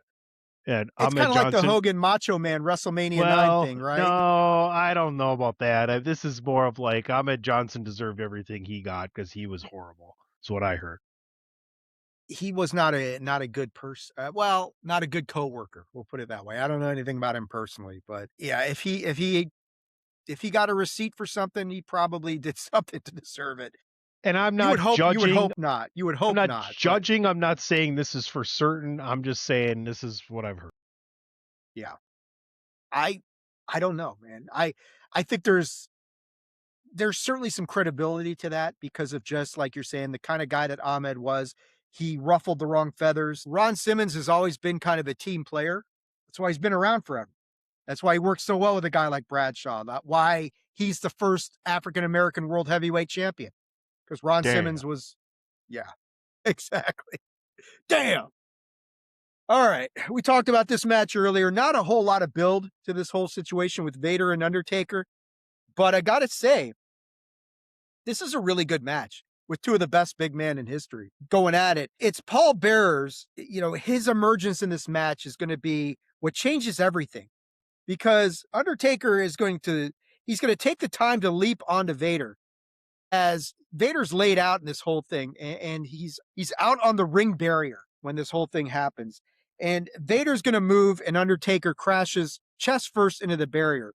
Then Paul Bearer is going to take advantage of this situation as he cracks Undertaker in the back of his head with the urn. So Paul Bearer still got the urn at this point. From there, Vader's going to hit a Vader bomb to get a victory as Undertaker's terrible record at the Rumble continues. I don't even know what Undertaker's record is at the Rumble, but all I know is that this is going to continue like the next year. If you think back to Undertaker at the Royal Rumble, so like, I'm trying to remember this thing. I'm like, okay, so at 92, and let's go back and think about this because we've done so many of these events. I remember. So at 92, he gets eliminated in the Royal Rumble match, one of the greatest Rumble matches of all time. In 93, he's going to win until your favorite, the Giant Gonzalez, comes out and wipes him out and takes him out of that whole situation. Royal Rumble 94 is the infamous casket match with Yokozuna, where half the locker room combines to gang up and shove him in the casket. I don't even know what happens at 95. Where Undertaker, what he does at 95 or in 96. Go ahead. So one Royal Rumble win, 2007. Yeah. So we're One ways away from that. runner up, 2003. And then he also competed in non-Royal Rumble matches on some Royal Rumble pay-per-view cards. According to comprehensive tracking of all matches, including dark matches at these events, there was no dark matches with The Undertaker. Or you could say they were all dark matches. His overall win-loss record across Royal Rumble pay-per-views is 5-12. Like I said, For someone who was 21-0 at WrestleMania at one point. and that's funny is like you look at these things and like Undertaker's one of the most iconic WrestleMania competitors ever. No doubt about it with the streak and all that sort of probably a better win-loss percentage than anybody at But 12 WrestleMania times history. he lost before he won 21 times at Yeah, WrestleMania. 5-12 at the Rumble, and just some weird you look at this match here at the Royal Rumble 1997. He loses to Vader. The next year is going to be the infamous casket match. His record in casket matches can't be that great either. He loses to Shawn in a match that derails Shawn's career for 4 years. That's coming up next year. But just yeah, 5-12 at the Rumble for one of the greatest performers of all time is shocking. But and with Undertaker, it's not like he ever loses in a manner that is fair or even-handed. It's always some bullshit that's going on and that sort of thing. So this is another one. I mean, for everything that Vader has gone through in the past few months, the shit with Shawn, getting pulled out of the program with Shawn for Survivor Series, where Vader would have been the champion heading into this event. For him to actually get a win over The Undertaker is kind of a cool moment for Vader. 12-4 in casket matches. Undertaker's 12-4 in casket matches? Okay. Well, there you go. That's much better. Never mind. So, okay. It's just like it's like Thank you, the Grok. losses, huh? Thank you, Thank you, AI Grok. yeah. The losses are the ones that really stand out for him, especially like Yokozuna and Shawn, and that sort of thing. So, but what do you think that Gold Dust in Your House 8, 1996. He lost, and then Randy Orton and Bob Orton at No Mercy 2005. well, that makes sense. But your thoughts on Vader getting this win over Undertaker at this event? Why? Like Vader is not long for WWE, right? No, Like he is he's like not. this. I don't even is he. He's not on WrestleMania, right? 13? I don't remember. I Well, think maybe he We'll is. get there next. We'll get there on the We'll next get there. edition of the Big Five. We will get there next. Or is there a no? There's no side No, quest. it's 13 is WrestleMania Yeah, 13 is next. Yeah, I don't know. That's an interesting one. Why would they get given the Vader the win here? I think this may have been more for Paul Bearer and to further the whole rift between Paul sure. Bearer and Use Undertaker. the urn. Yeah, use the urn. We're gonna get to the whole Kane situation in a few months, that sort of thing. But, I don't know. I mean, I was kind of glad to see Vader get a win here. What do you think of the match? I mean, the outcome notwithstanding, it's a pretty good match between these two big guys, didn't you think? I mean, anytime Undertaker's in the ring, and then you got a guy like Vader who knows he's in the ring with the Undertaker, right? Like, there's a big difference between Vader trying to test some young guy or somebody he doesn't like. I'm sure he still laid it in, and I'm sure Taker was still light as a feather, from what I've seen. But yeah, I mean, it's solid. And then the Paul Bearer presence, you using the urn and everything else, it's smart. I'm trying to see right now. I don't know. Vader is not on WrestleMania. Okay. Like you said, we're gonna get there pretty soon. So Yeah, he is. he is. Owen Hart It's and the like British Bulldog versus Mankind and Vader for the tag okay. titles. Okay. So we'll get to that. We'll get to that next time. But I was just thinking, from coming from working with Shawn to then going to working with Taker had to be, awesome for Vader because he was working with a guy like Mark Calloway, who, like you're saying, Vader could lay it in, and Mark's not going to bitch about a guy like Vader being too stiff, that sort of thing. Because Mark Calloway is going to be like, sure, bring it on. I can handle anything you want to throw at me. And whereas Shawn is so, I'm not going to say dainty or anything like that, but certainly more fragile than a guy like Mark Calloway is. And Mark's gonna be like, I don't give a fuck what you do, bring it on. I can handle all that stuff. So that had to be a really cool moment and a relief for Vader to be able to work with a big guy like Undertaker. No, I think the thing with Mark is like, if you're going to hit me, I'm going to hit you. Whereas Sean is like, I'm not going to do that because, like, I don't want you to come after me backstage. Yeah, Taker's Sean's like, like, you want to come after me backstage? Yeah, go for it, dude. Sean's gonna be like, if you're gonna hit me, I'm gonna bitch to Vince I'm going to about you. tell. Yeah, but I'm and gonna at the same time, that's fine. There's no reason for Vader to be peppering the top fucking guys either, right? So let's spin that a little bit. yeah. Yeah, exactly. I mean, you can't work too stiff with the And I don't think he did champion. though. And I don't think he did either. I think he enjoyed working with both of them. I didn't see anything in the SummerSlam match that said he works too stiff.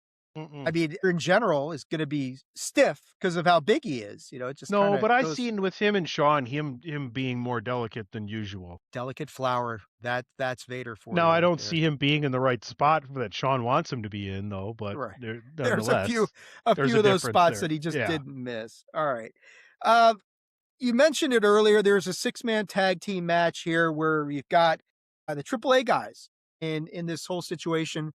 Fuerza Guerrero, Heavy Metal, Jerry Estrada taking on Perro Aguayo, Kanek, and Hector Garza.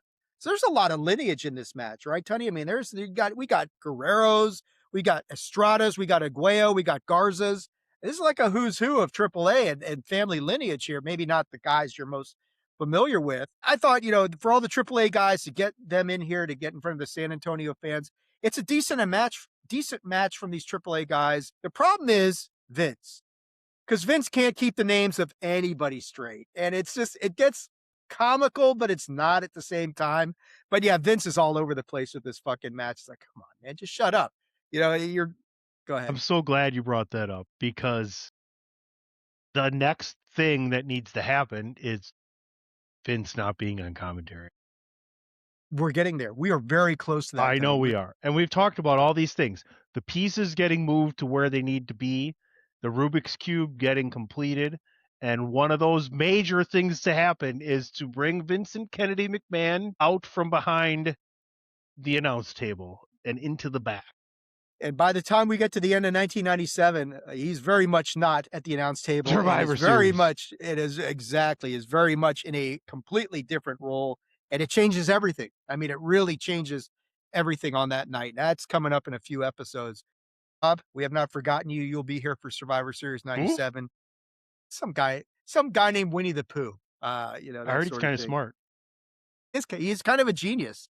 I mean, he Kind of a can get away genius. with not wearing any pants on broadcast. So, Son of a bitch. Kanek is going to hit Heavy Metal with a military press slam, which leads to Aguayo hitting actually, it's a kind of a weak version of the coup de grace. There's a lot of stuff. There's Aguayo then going to drop a pretty weak looking elbow on Heavy Metal, but Aguayo is older than Bob Backlund here, apparently. That's my note here. I'm not sure where I came up with that, but he's older than Bob Backlund, who's like 145 years old by now. But he's going to secure the win for the team. It's an okay match. Give Paraguayo, I'll give him some. You got to give him a passing score because he is kind of up there in age. If he is around Backlund's age, then okay. But I think this is just a good showcase for the AAA guys to come in here, get a few moves in front of the home fans, do a few things, and it is what it is. The match was designed for a certain purpose. I think they got it over, other than Vince fucking up the names repeatedly and that sort of thing. It's a fine match, fun. It was okay. Nothing spectacular. It was different. It was Yeah. different than everything else you saw that night. Heavy Metal pulling double duty, by the way. He was on one of the dark matches, but yeah, I mean, good showcase for AAA, and it just goes to show, folks, that like companies have been working together for decades, for a century. Yeah. Yeah, exactly. If you actually think that, this whole WWE AAA thing is new, no, that's not the situation at all. So they've been working together for a long time, and this is a good example of Yeah, that. yeah. WWE's had the NXT mentality with just like minor league organizations and not having their own, and they just decided one day, why don't we just start our own? And it's been uber successful. In Yeah. addition to the partnerships they've have now still with TNA and AAA, and I wish they'd have a better Japan relationship somewhere that was more meaningful, but what can you do?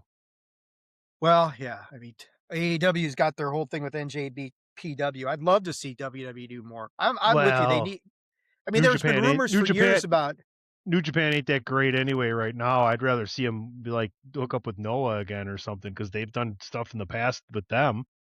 Right, and we've had, rumors for years now about NXT Japan or some Japan like they had NXT UK, but I don't think they're looking to globalize NXT anymore. I think they're happy with them being the feeder system and developing stars and sending them to WrestleMania like they just did this year. The 3 of the biggest people in WrestleMania this past year, straight from NXT. So, if it Ding, ain't broke, why fix it? ding, ding, ding. I hear you. Let's get into the Rumble match itself, which 1997 Royal Rumble match, it's a big one. What's up? No, we'll get there. I'm laughing just because I'm thinking about what I'm gonna eventually say. Okay, I'm intrigued. Interesting stuff about this Royal Rumble. Half of the Rumble entrants are first timers, and I get it. There's a lot of the AAA guys are in this match, so obviously they're going to be first timers. But I mean, 4 of the 15 were from AAA. But I mean, there's 10 guys who are making their first Rumble appearance. And it's an interesting list, honey. I'll just read this off for you. Ahmed Johnson, Farouk. Well, that makes sense. Flash Funk, Too Cold Scorpio, also. Gold Dust. I'm like, Gold Dust hasn't been in a match yet. Jesse James, the Road Dog. Mankind, Mark Merrow, Phineas Godwin, the fake Razor, whoever the fake Razor Ramon is. I forget. Who's it? Who is the fake Razor at this point? Is it Jerry? It's not Jerry Lynn, is it? It's somebody else. I forget who it is. And The Rock. And, you know, if you look at Road Dog, Mankind, and Rock, though we talked about guys who were just a gimmick change away from being megastars, there's 3 of them right there, right? Road Dog is going to turn into what's up, Tony? Who's fake Razor at this point? Rick Bognar. Oh yeah, Rick Bognar. I don't know who the hell that is. Doesn't matter. But Mankind and The Rock are going to evolve into huge. Who is this? Yeah, dude, your claim to fame is that you were the fake Razor Ramon. I don't know. His most famous quote is, "Even though I was fake razor, I use real razors to shave." You know, I'm That's going to just a give him bad. credit. That's a bad joke I just made up, actually. I'm going to give him credit for that. Oh, you just made that up? Yeah, Okay. it's a bad joke I just made up. I was going to say I'll give him credit for that one. That's Thank clever you. enough to be I'll take it. yeah, take it, man, take it. But you got 1/3 of the field is brand new to the event, which is good. And like we said, you got Road Dog, Mankind, and The Rock, who are just a gimmick change away from being megastars. Another interesting thing is that this Rumble event broadcast that they were going to show the whole Rumble event for free on the Raw after the Royal Rumble. And it was like, hey, this will be great. I think the thought was, remember the first Rumble event in 1988 was on USA and it drew big numbers. And that's why they started to think, hey, maybe there's something to this thing. So they're like with the USA network, they're like, hey, let's show the Rumble on USA the night after the Rumble and we'll get a big rating. And it seemed great. And then the WWE's pay-per-view partner said, fuck you. We've got exclusivity here. You're not going to, because if you do that, half of our audience is not going to buy this event because they know they're going to watch it the next night on Raw. So they showed some event from the Skydome in Toronto instead. And, of course, we all know about the Skydome from WrestleMania 6. I thought that's very interesting that WWE was like, hey, let's do something cool for our fans. And the pay-per-view partners were like, are you guys out of your fucking mind? You're going to cut our nuts off in our revenue so you can show it for free the next night? If they probably said, hey, we're going to show it a month from now, they'd be like, okay, that's cool. But if you're going to show it the next night, no one's going to buy that shit. You're already having shitty buy rates. Yeah, that's not happening. It's not going to work for us, brother. That's all I got to say. It's not going to work for me, brother. Yeah, it's not going to work for me at all, brother. All right. Let's get into this Royal Rumble match. And Tunney, just stop me whenever you go along because there's a lot of shit that happens in this event as we move along. Royal Rumble 1997. Number 1 into the ring is one of your absolute favorites, Crush. We're still getting a lot of guys doing double duty in this match. We talked about it earlier. Ahmed Johnson comes in at number 2. Number 3 is Fake Razor. We just talked about Fake Razor. He might use Rick Bognar. Now, Rick, he might use real razors, but it's not going to help him avoid getting eliminated by Ahmed very quickly in this match. So 17 Ahmed takes 17 seconds. Thanks for coming, Fake Razor. We'll see you later. Farouk is going to, as this is all going up, Farouk shows up on the rampway and in a brilliant maneuver. This is a brilliant maneuver by Ahmed Johnson, Tony. I got to say, one of the best moves in Royal Rumble history. Brilliant maneuver. Ahmed leaps over the top rope to get to Farouk, eliminating himself in the process. Brilliant. Just fucking. Okay. So hoping you would eliminate Crush. I was too, but that doesn't happen. Phineas Godwin comes in at number 4. And the interesting thing at number 5, Stone Cold Steve Austin. And what I notice at this point as he comes in at number 5 is that the clock has not been working. The clock has not been working since Fake Razor got into the match. So no one knows what's really going on or when people are coming in. But we do know that Stone Cold Steve Austin comes in at number 5. Pretty good reaction for this guy. There's stuff building for Stone Cold, as you can tell. Austin's entrance becomes a bit anticlimactic because of this, because it's like, Well, the clock's not running. You don't know when the people are coming. The next thing you know, they're Stone Cold.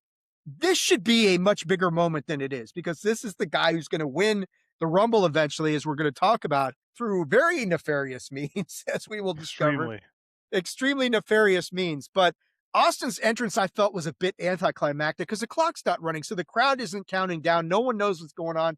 Do you agree with that? That this would have been more impactful had people been able to get in the countdown and then Austin would have Yeah. hit?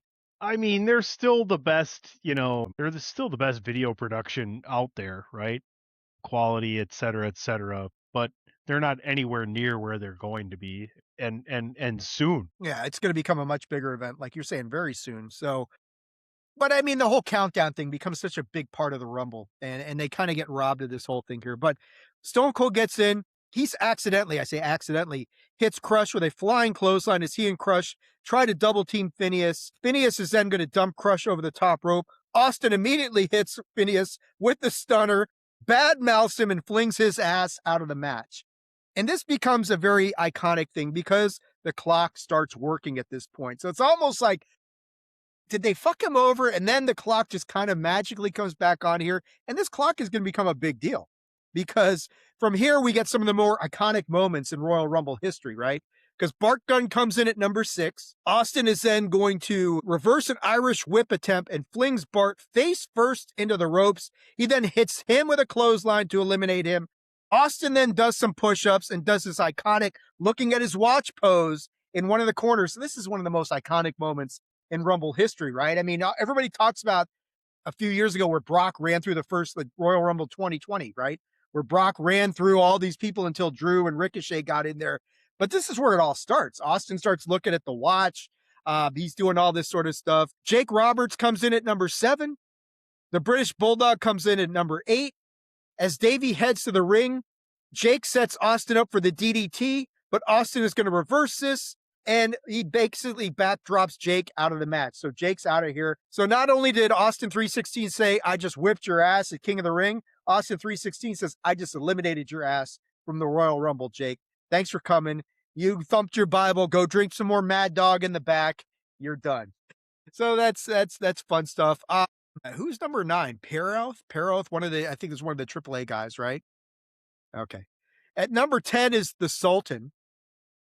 At number 11 is, this is cool. I love the fact that you got this guy in at number 11, Mil Mascaras, one of the most iconic guys in luchador history, one of the most iconic luchadors in history, comes in at number 11.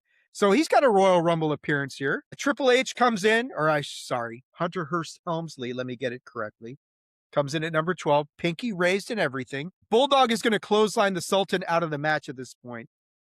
Owen Hart comes in at number 13. At this point, the Bulldog is going to try to dump Stone Cold Steve Austin out of the match, but Owen is going to try to get rid of both of them, and he only succeeds in eliminating his brother-in-law, Davey Boy Smith. So, nice try, Owen. Doesn't work out.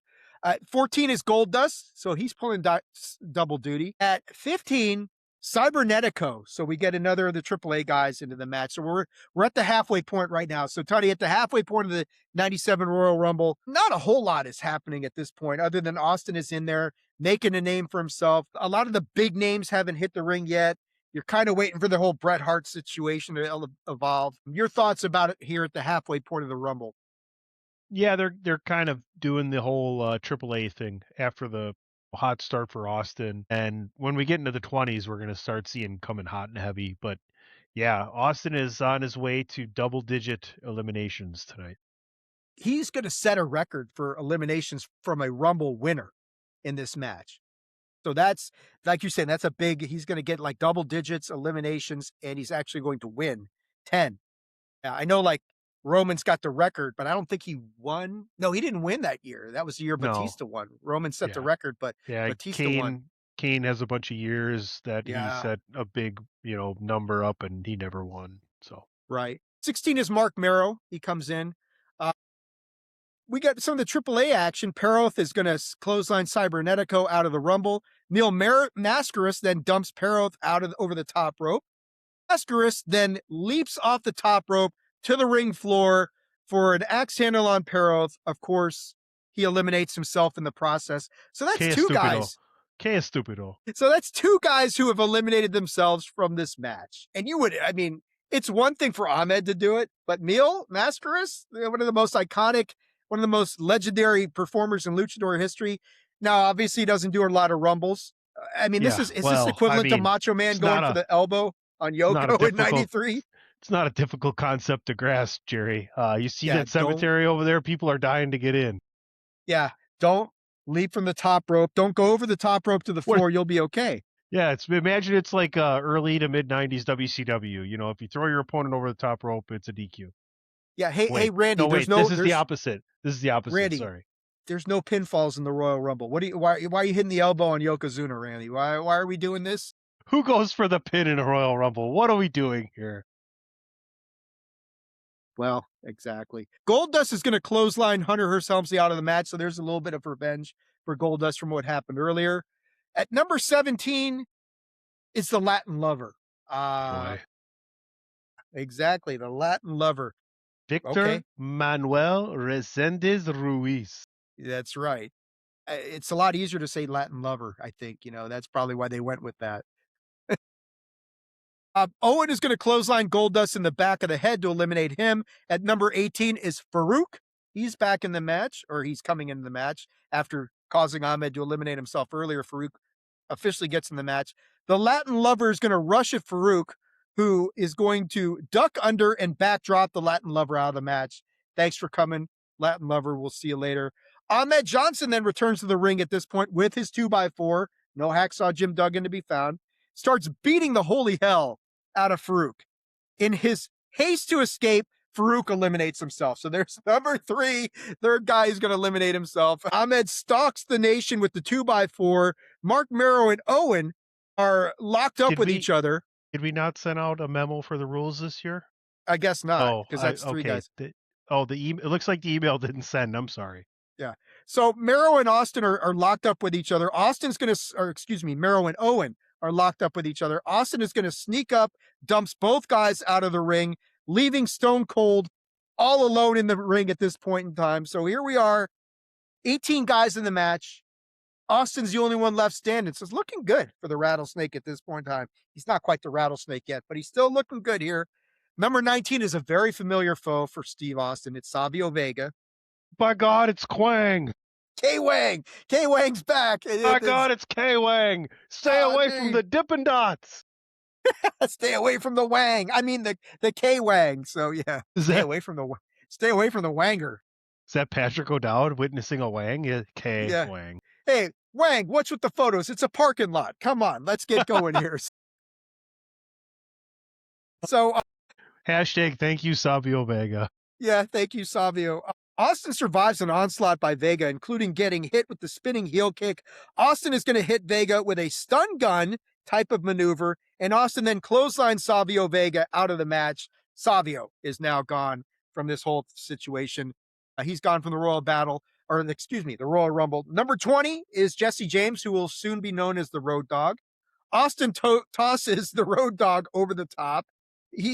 Jesse James is gonna hang on only to take a back elbow to the face, and he's eliminated.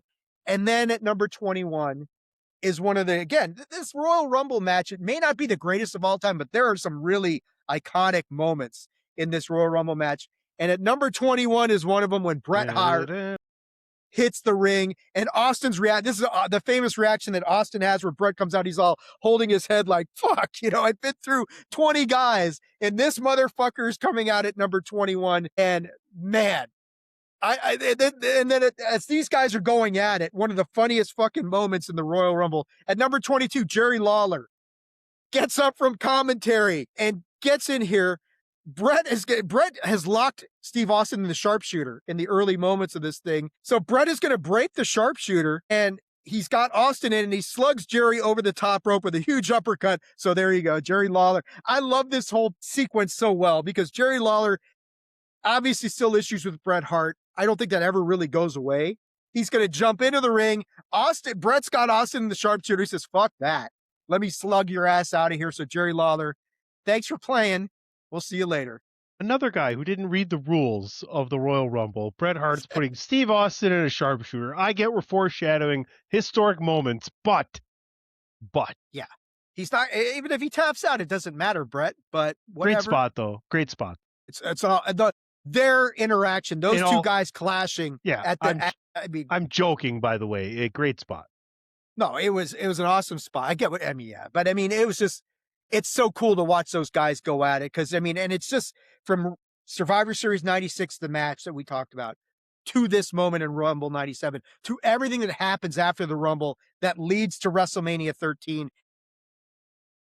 One of my top 5 favorite rivalries of all time. I got to say, Austin and Brett is right up there as one of my favorite rivalries ever. And Gold. you know, you It's get gold, this. Jerry. It's gold. It is gold. In the words of Banyan, it's gold, Jerry. It is. At number 23 is Fake Diesel. Now we know who this is. Glenn Jacobs, also known as Kane, also known as Isaac Yankem DDS. He's another guy. He's a gimmick change away from being a megastar. He's going to play a huge role in things as we move forward. In everything. So Fake Diesel's in at 23. Number 24, crazy and middle aged Terry Funk. He's the It's about to Funkster's in here. be a big part of what happens too come moving Yeah. forward. Yeah. Like For the Terry Attitude Funk's Era. this run for Terry Funk in WWE is awesome, by the way. Like when he get Chainsaw Charlie and everything. I mean, Yeah. come on. Speaking of guys who are going to be big in the Attitude Era, number 25 is Rocky Maivia. And You I love almost he smell it. he gets in, he immediately goes after Austin. So I mean, right there, He a sign of knows. things to come. He knows. Yeah, it's like you almost think he knows. And I mean, go a year from now at Royal Rumble 98, who are the last 2 guys in the match?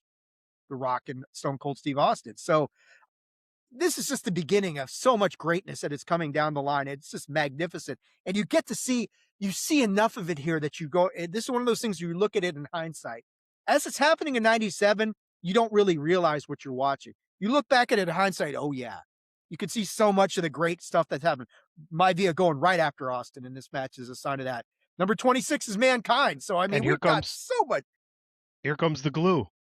Yeah, the glue that keeps it all together is exactly Mick Foley. Number 27 is Flash Funk. Number 28 is the man known as Vader. He comes in at 28. Number 29 is Henry Godwinn. And the last man in the 1997 Royal Rumble, The Undertaker. So, you know, from what happened earlier, now we got, so all 30 have been in here at this point, Tunney. And like you said, from 20 to 30, huge names coming in the Rumble. We got Bret Hart. He's still in the match. We've got Fake Diesel, Glenn Jacobs. He's still in the match. Rocky Maivia. He's still in the match. Mankind, still in the match. Vader, Undertaker. 8 Hall of Famers. Those are big, meaty men slapping meat, and a lot of them in there. Not just big, meaty men, but some of the most iconic names in the history of 8. the WWE. I mean, it's 8 just, Hall of Famers. And 9 with Austin. yeah, it's a magnificent. I mean, we talk so much about the 92 Royal Rumble, and I'm not going to suggest that this Royal Rumble match is as good as 92. But when you're starting to look at firepower and Hall of Fame resumes and credentials, it's getting pretty close. You know, when you start looking at who's in this match. It's just going to show and proving my point of like the roster's stacked right now. It's just It about really is. sliding the pieces exactly where they go. That's right. Like Tetris. Let me spin this long piece so it fits in perfectly. And then we're off and running. And you got a nice cascade of stuff. So That's what she said. slide this long piece right in here. And then we get a cascade. Oh my goodness. Woo! I like it. I like it, Tuddy. I love it. Vader's going to catch Flash Funk, and he eliminates him with a fall-away slam over the top rope. Undertaker's then going to grab Henry Godwinn by the neck and heaves him out of the ring. And another sign, and stop me whenever you want. Jump in here, Tony. I'm just You're running good. through these things. Keep going. And another sign of things to come, Mankind is going to catch Rocky coming off the second rope with the mandible claw. And he muscles the future Rock over the top rope and out of the match. So we got a lot of foreshadowing going on with Mankind and the Rock there. Mankind and then Terry Funk, we talked about these 2 guys who are going to win the tag titles at WrestleMania 14 in that dumpster match or the whatever the. Yep, exactly. It is a dumpster match, yeah. So Mankind and Terry Funk, they have a really good go at it on the ring apron before Mankind is able to suplex Terry Funk out of the match, eliminating him. As Mankind recovers, he's standing on the ring apron, which is never a good idea. And Undertaker hits him with a huge boot to eliminate him. So we still got Undertaker and Mankind going at it. So there's just some awesome stuff happening. This sets off the wild closing sequence of this match. And I mean, right now, we're about to get to some craziness. Mankind and Terry Funk are going to brawl at ringside, which is funny. These guys are going to be tag team partners not so long. They brawl at ringside. Mankind tries to get back in the ring. Both refs restrain him as this is going on. Brett is going to grab Austin from behind, heaves him out of the ring. So Stone Cold Steve Austin's eliminated by Bret the Hitman Hart, right? Not exactly, because the refs never see it. So Austin's going to get back in, dumps Vader out of the ring, and Undertaker as they brawl with. So Vader and Undertaker are brawling with each other, the continuation of the match earlier. Austin dumps both of those guys out of the ring. Bret is then going to get rid of fake Diesel. But then Austin is going to sneak up on Bret, toss him out, and Stone Cold Steve Austin is declared the winner of the 1997 Royal Rumble. An irate hitman goes ballistic on the refs and on Vince McMahon at the end of this whole thing for good reason. There's a lot of rumors about the finish of this match and or about this match in general. In that one of the urban legends is that Bret Hart was supposed to win this match and he was going to go on and they were going to set up for the rematch with Shawn at WrestleMania XIII. A lot of things are going to go wrong on the way there. One of them, the rumor is that Vince Russo got on like one of the radio shows, I think it was like Live Wire or some shit like that, and started proclaiming that Bret was going to win. And I'm trying to remember it, so let me look at it. So yeah, he was his alter ego Vic Venom on an episode of Live Wire, predicted that Hart would win the Rumble match. So Vince is like, what the fuck are you doing? You can't give away the real winner. Now when you watch like the countdowns to these events, we'll watch a countdown to Backlash tomorrow. Big E and Peter Rosenberg, all these guys will predict winners. Sometimes they get them right and sometimes they get them wrong. But back in 97, Vince didn't want anybody giving away the actual people who are going to win the match. So when Russo or Venom or whatever the fuck you want to call him gives away the winner, they come up with this wonky ass finish and Bret doesn't win the match.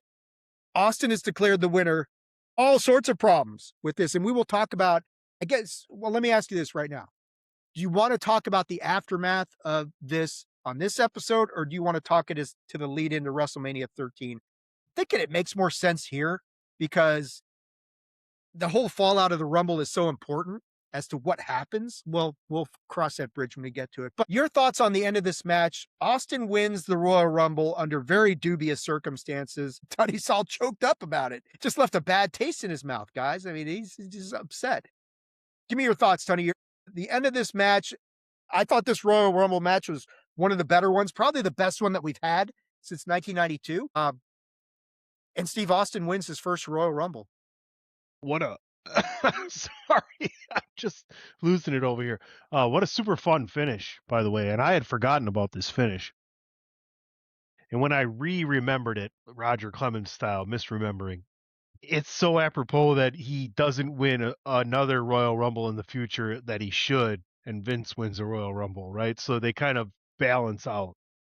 Well, he's going to win the next year. That one he wins. Talking about the one where he doesn't win and Vince comes back and wins. Right. This balances this out, right? And that's the kind of thought that that was the thought that I was foreshadowing before we started. I'm saying, I can't wait to say this. It's so cool though, because it sets everything up, and that's the best thing about it. So I don't think so. I mean, and we're going to be more speculative than we ever have or ever will be here shortly. So I don't know.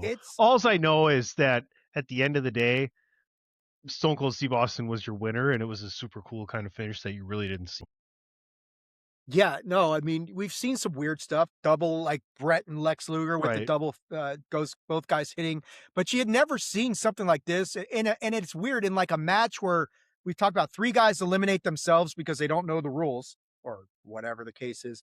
And then you get the eventual winner who was actually officially should have been eliminated, but the refs never see it.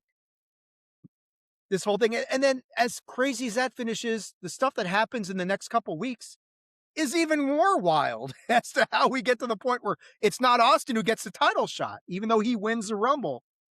All sorts of shit's going to happen to kind of circumvent that, including, I mean, just some crazy stuff happens in the aftermath. Between here and WrestleMania 13 is some of the wildest times in WWF history. Well, it's crazy you brought that up though, because I mentioned after we got off doing the last Big Five, from WrestleMania 12 to Survivor Series 96, Shawn Michaels held the belt for 231 days. There will not be another WWE champion that holds the world title for more than 200 plus days until JBL in 2004. Yeah. And do you think is it because they have so much talent that they wanna share the wealth and get the belt to as many? Because I mean, Well, a how are lot you of it gonna is hold the competing belt? with WCW Yeah. for a big portion of time, right? Yeah. Yeah. Yeah, that makes a lot of sense. Let's talk about the main event here, which is Shawn Michaels with Jose Lothario taking on Sycho Sid for the WWF Championship. This is the big payoff. This was supposed to be the whole Save me, Daredevil, save me. "Save me, Daredevil, I'm having a heart attack." Well, I guess Jose's got a stent or a pacemaker in for this match, I would hope, but Don't get I too don't know. close to a magnet.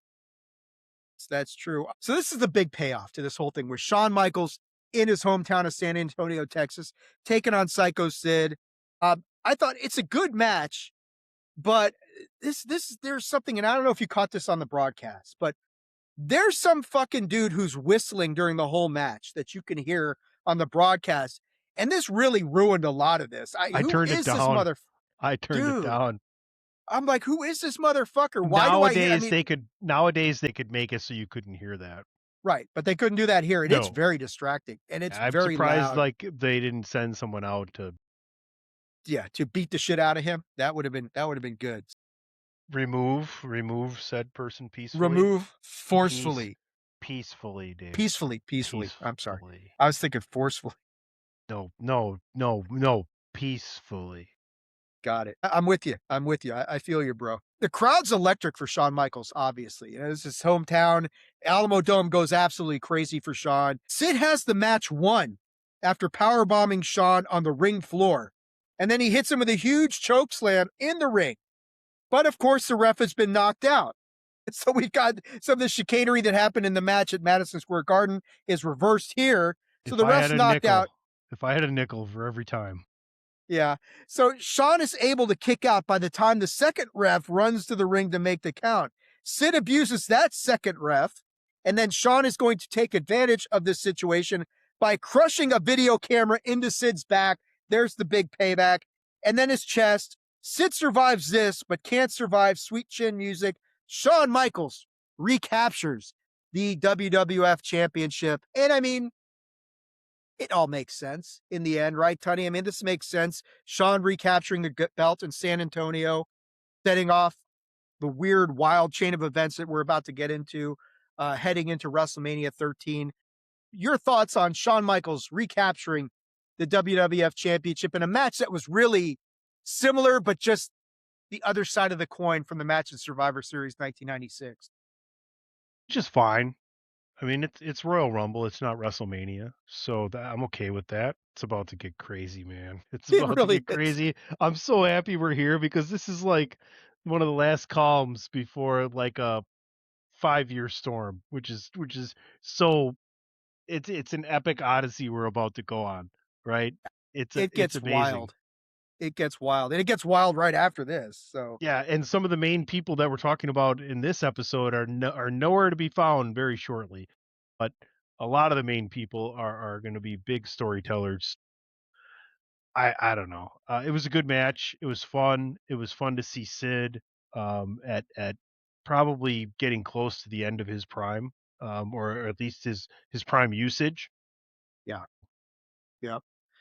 Um, yeah, I mean, this all this made sense. Shawn recapturing the title in this fashion, in this location, was a big payoff for the fans, 61,000 who showed up at the Alamo Dome. Really did kind of signify that concerns about how strong WWE was may have been a little overstated. They're still able to pack them in and deliver a hell of a card. And like we said, you got so many of the pieces in the right place. Since Cage Match has blocked us, apparently, from what you're talking about, I'm not going to tell you to go there, Tony. We'll just make up our own shit. I'll go first for once. I'll go first because normally I defer to Cage Match and then you jump in there, but I'll go first. I'm going to give this a 7.75 out of 10. I thought really good undercard, really good rumble with a very controversial finish and a solid main event. You know, I mean, the roster's still a bit thin in a few places, which is why you got a lot of these guys running double duty. But it actually works here. Like other rumbles we've had, the guys pulling double duty didn't work out so well. But it works here. The AAA guys getting in the rumble took some spots away. But you say that, but it's like, well, did they? Because there weren't spots to fill. Because you're taking spots away. Well, who was going to fill those spots? All the guys were pulling double duty anyway. It's a solid start to one of the. This is like when we talked earlier when we first got on here, and I said, "Is this the most important year in pro wrestling history?" 1997, maybe. But this is as good a start as you probably could have hoped for with the roster you have, with what they're facing down in Atlanta. And before we go any further,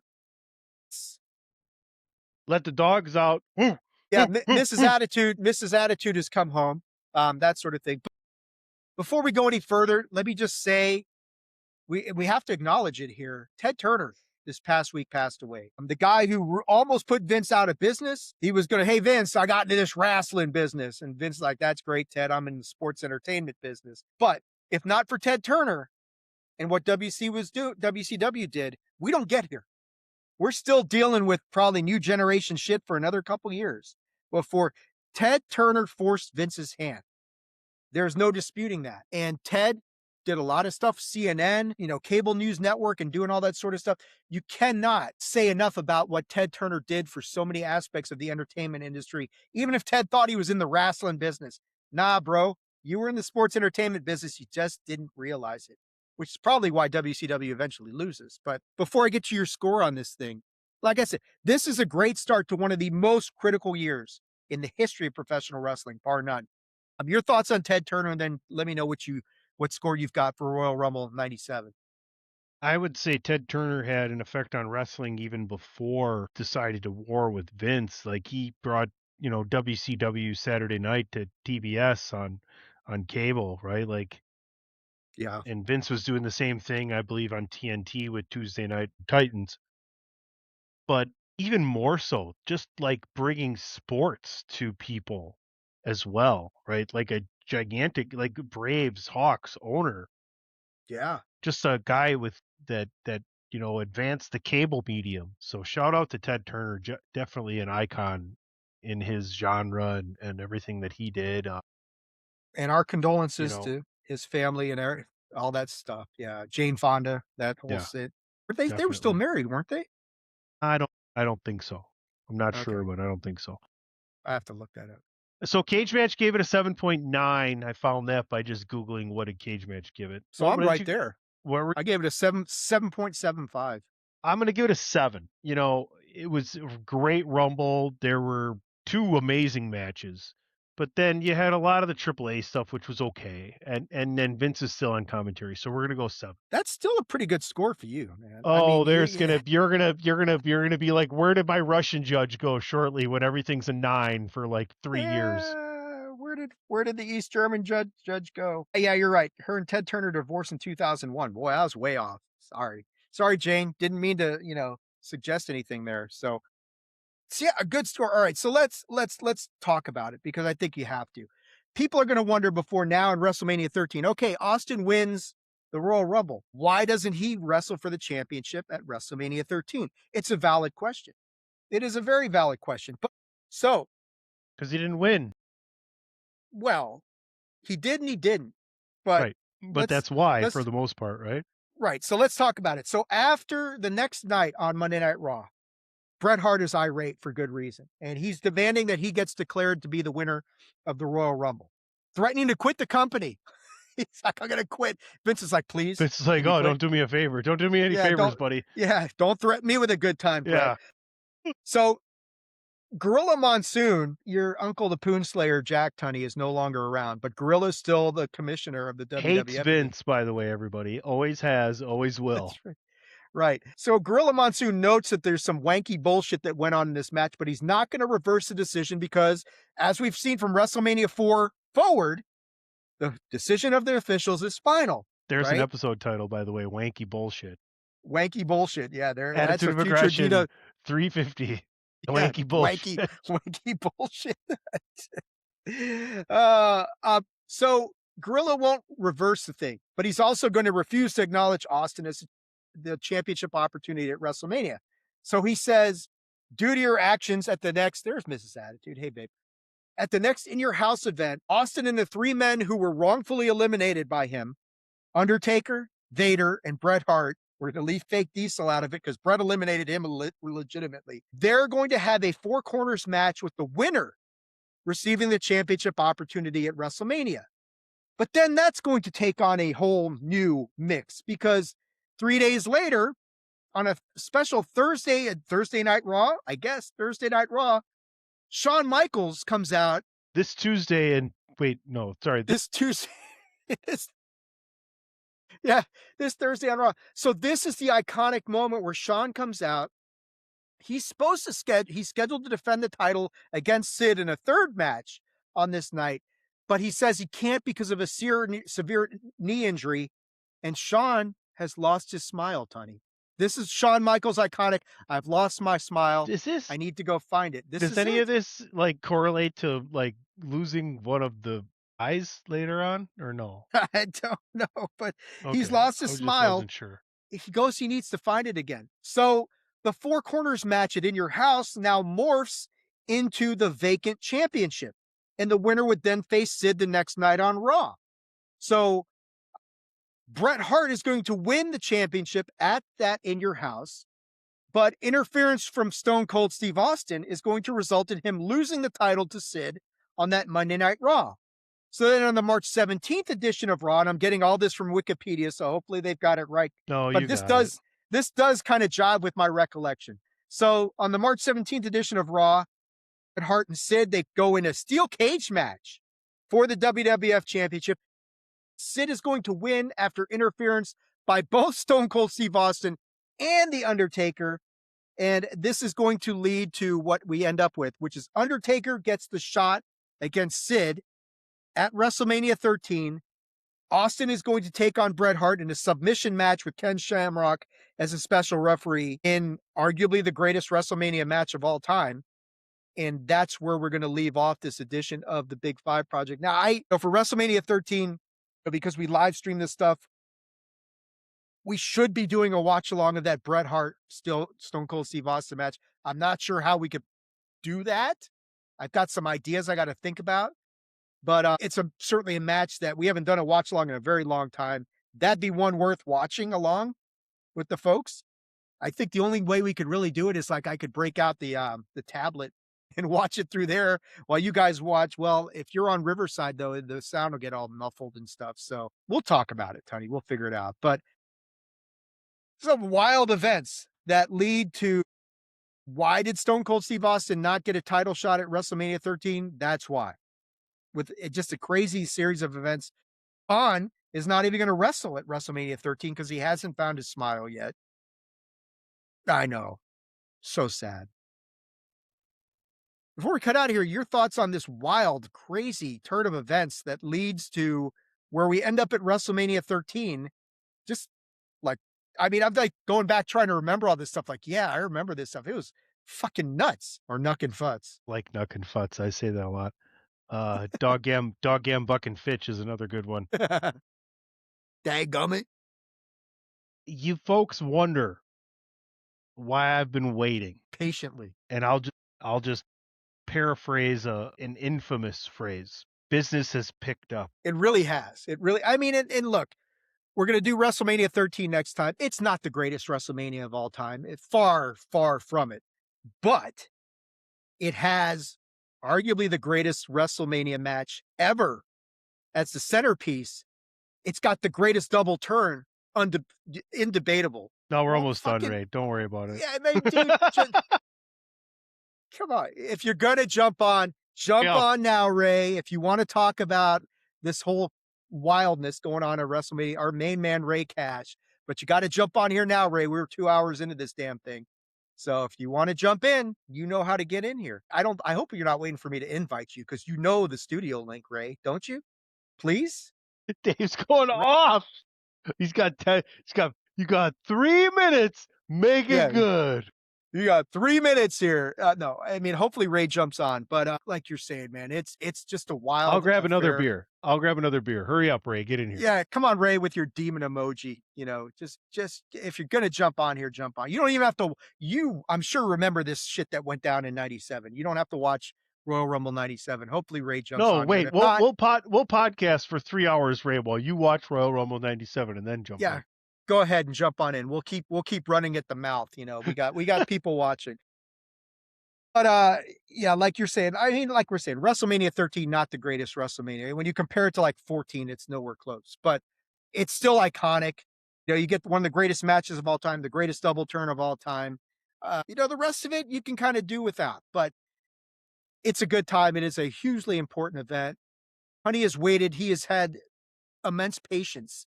You could just see him through 1995 and some of 96. 96 was better, but 95 was especially rough.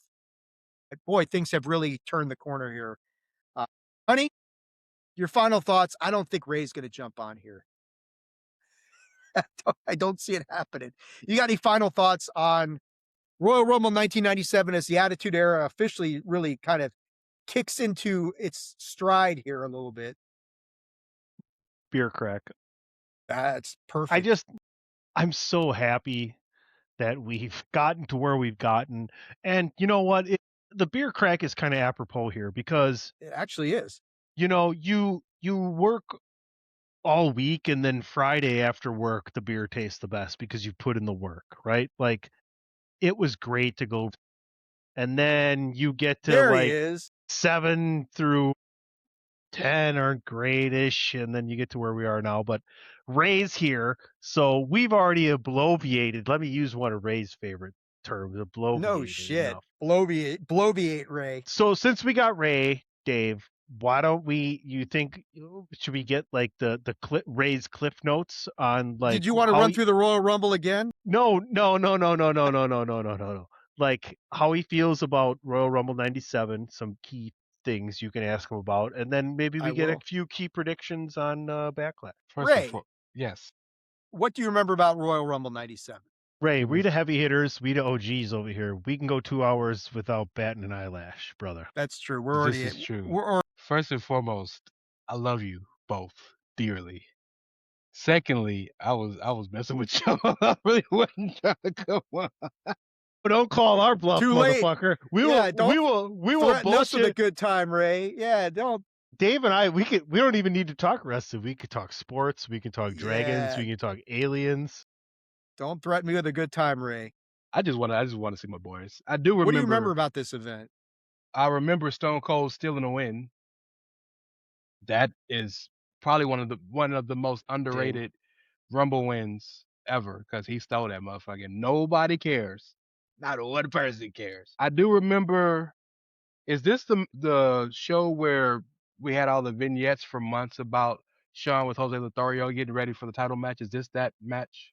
Him against Sid? No, that's No, WrestleMania 12, yeah, where he's that's the training for the match Yeah. the with first Brett. one. The first Yeah, So one. that's yeah. that's This is year where before. A year. this is the Daredevil Cherry situation where Jose Lothario has the heart attack and Shawn Michaels is distracted, just like Daredevil and That's Cherry. right. Yeah, That's yeah. right. And he gets a camera to the back and a power bomb for his trouble and a Hey, title loss. Jose Lothario, just like Chavo Guerrero Sr., to keep getting them checks, all stars. Yeah, That boy, yeah. Shawn gave that man a whole other 3 years worth of checks just because But we was homies. let me ask you this though. This was where AJ Steeler. Didn't I tell Ray and Dave you don't have to deal with Tunney on trivia? We're dealing with Tunney now. That's right. You don't understand. He has a voodoo doll of me in his house He's where he got can a voodoo summon me doll when of he wants. AJ and DPP and everybody but AJ, me, probably. AJ, you all have to deal with me whenever I decide you have to deal with me. Yes. Period. He's like the Grim Reaper. The Grim Reaper of podcasting. Unfortunately for me, that's like 4 times a day. So Ray, and Ray, by the way, Dave, you asked me why I was up at 2 a.m. this morning yeah, because both of us. Why were we up? I woke up 45 minutes before I had to get up this morning to go to work. That's how early Fuck I've been that. getting up, just so everybody knows. And you're still coherent right now. Ray, we were talking about the aftermath of this, where a lot of people, and myself included, have often wondered sometimes, not often, but sometimes, how did Stone Cold not get the shot at WrestleMania 13 for the title? And the wacky and crazy series of events that take place after this, with Gorilla saying, I'm not reversing the decision because the decision of the ref is final, but I'm not going to acknowledge your title shot at WrestleMania. You got to go through this fatal four-way whole thing. And then Shawn relinquishes the title instead of facing Sid because his knees hurt and he's lost his smile. This is the iconic, I've lost my smile, Vince. I need to find it. And then Brett wins the title from Sid, or Brett gets a shot. He wins the fatal four-way, which now turns into a championship match. Then he defends the title against Sid. Austin gets involved, all this craziness. And we end up with Undertaker versus Sid at WrestleMania 13. And of course, Brett and Stone Cold with Shamrock as the ref. I mean, as far as like post Royal Rumble controversy, this is probably number one as far as just the batshit crazy circumstances that led to this weird Yeah. situation. Well, two things about that. Number one, thank God it didn't happen in 2026. Can you imagine the fight boycott WWE? Man, I'm sick of Stone Cold Steve Austin. You know. And number two, I really would like to know, what was the booking plan? Does this go according to how you wanted it to go?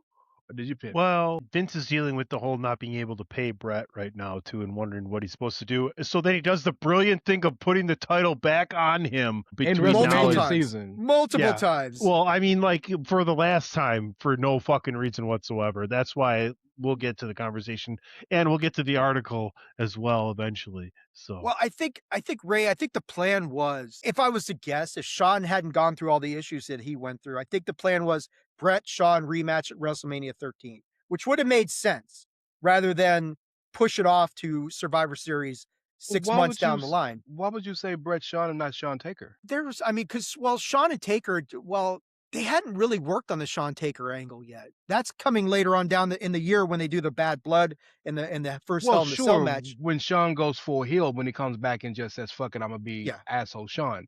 But the reason I'm right. saying why not Shawn Taker is because very clearly I think they knew Taker was the pivot. I think Sid was the accident. Taker was the pivot. But We if were you watch, commenting. We were commenting on this episode. Sid's a giant accident. We were commenting on this episode that Tunney Love looked Sid. into it. You want to hazard a guess? I don't know if you were listening when we were talking about it. What's Undertaker's record at the Royal Rumble? In singles matches? But just Just in his record general. at the Royal Rumble. So this counts Rumbles he's lost or won, right? Yeah. Well, it's god awful because he's only one run Rumble. He's been in like 12 of them. So 3-15? That's pretty close. 5-12. So I know he beat. He's definitely. There was what. The dichotomy here, though, the point that's being made is less important about what the matches were. The fact that Yeah. he has such a lack of success immediately before having 21 straight wins at WrestleMania. For sure. Like, But again, there's no Uncle Mo with him consecutively. It's mostly, boy, I wonder if he can recover. And for he does sure. every time. I do think those numbers are a bit skewed though, because 29 people lose every year in the Rumble. You yell at Grok for that, then, okay? You Well, son of a Yeah. goddamn it, bitch. Grok. I'm surprised Dave still rock with Grok. No, But no, that's Tunney rocking with Grok. Fair Grok doesn't enough. want to rock with me. So, But just the only reason I say the assistant. Taker Shawn could have been the point is because if you watch the lead up to and the actual Rumble match, they clearly had something set for Austin and Brett. yeah, from Survivor Series 96 forward. Yeah. Exactly. So that's why I'm thinking if Shawn's the champ and he go ahead and vanquishes Sid, and the only big bad he has left that he ain't vanquished is Big Bad Take. Yeah. And you have So you're you have telling 2 me- months to build that? You're telling me the only time they should have had Brett with the title, they didn't have Brett with the title. Like, Austin should have beat Brett for the title at WrestleMania 13, but yet they Yes. give Brett the title every other time they shouldn't have during the contract problem. Indeed. That makes sense. It's all I like bullshit. And I'm going to tell you why when we get there. Ray, before we cut out of here, because I know you didn't want to come on. Yeah, I mean, you wanted to come on, but you weren't going to. But like we talked about the outset, Backlash is tomorrow. You got any great predictions as to something to watch. Give us one thing to watch for tomorrow for Backlash before we cut out of here. One thing to watch for, I think CM Punk is the For Danhausen? Yeah, you might be right. Yeah, that just makes a lot of sense. because Punk didn't do anything right now, and that's his homie, and that could be a fun little pop, get him back involved, ingratiated. I do think though, a lot of people think these B tier PLEs that 5 matches. Io Scott Asuka will be one of the best matches to see all year. There you I have go. no We said doubt. that's the show stealer. I have That's no the show doubt. stealer right there. Yeah. And with everything that's happened, them getting pulled off of WrestleMania, Kyrie getting let go, they got something to prove. Yeah, they really do. They really do. What do you think is John Cena's big announcement?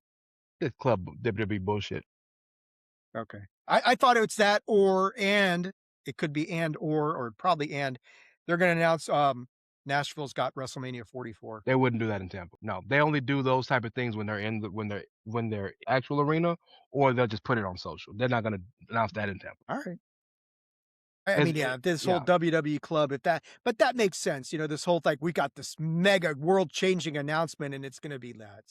Well, but the way they're patterning it to kind of, if we were honest, kind of isolate the IWC and create their own. It's really terrifying from a personal standpoint, but genius from a business standpoint. You care about WWE, you can pay to be a fan, and you'll be our audience. Makes sense to me. I'm already personally a part of the WWE when they do the poll, not the polls, but the surveys. I get the surveys. That's free, but I get the surveys. I used to get that stuff, but I guess they got sick of me not answering their bullshit. So yeah, if you don't answer in like 6 months, they won't fuck with. Fuck off. I'm sick of telling you what you're doing wrong and you guys don't listen,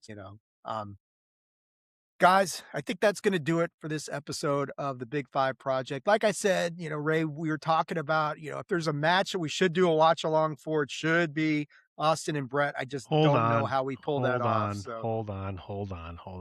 Ray, this is the 350th episode of Attitude of Aggression. That's God. True. It is. Let me tell you something. Ray. Let me tell you something, David Ungar. Do not blame me for David Sammartino. Well, that will never. Bitch, I'm out of here. Fuck you and your 350 bullshit. David Sammartino making me watch, son of a bitch. Fuck 350. I'm out. Ray Cash, bitch. Ray's scarred for life. Yeah. No. So let's end the show on this very, very serious note. I don't think you understand how much we at the Chair Shot and the people who work with you and have the pleasure to call you a friend and a brother, I don't think you understand how much you mean to us and how important you are to us. Because not Attitude of Aggression, what you do with the Chair Shot is big deal important. You're always in a call away. If I need an article, if I need a blurb, if I need a podcast, if I need someone to come in, you're always willing to be there. A text message at 2:00 in the morning, 6 in the morning, 2 in the afternoon, 6 in the afternoon, you're always there. But your fucking consistency with what you do, how often you do it, and the quality of the shit you do, the different ideas you come up with.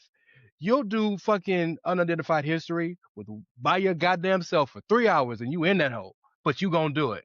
Your consistency and what you mean to us, what you mean to this brand, what you mean to this family is immeasurable. And to hit 350, that shit don't happen just to anybody.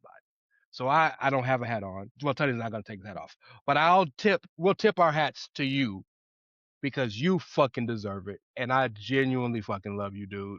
This is a crazy fucking accolade, my boy. And here's the 350 more. Yeah, it's been a wild ride. If you told me a year ago that, a lot of this stuff would be UFO related and Game of Thrones related, I'd be like, you got to be kidding me. But boy. And David Sammartino related?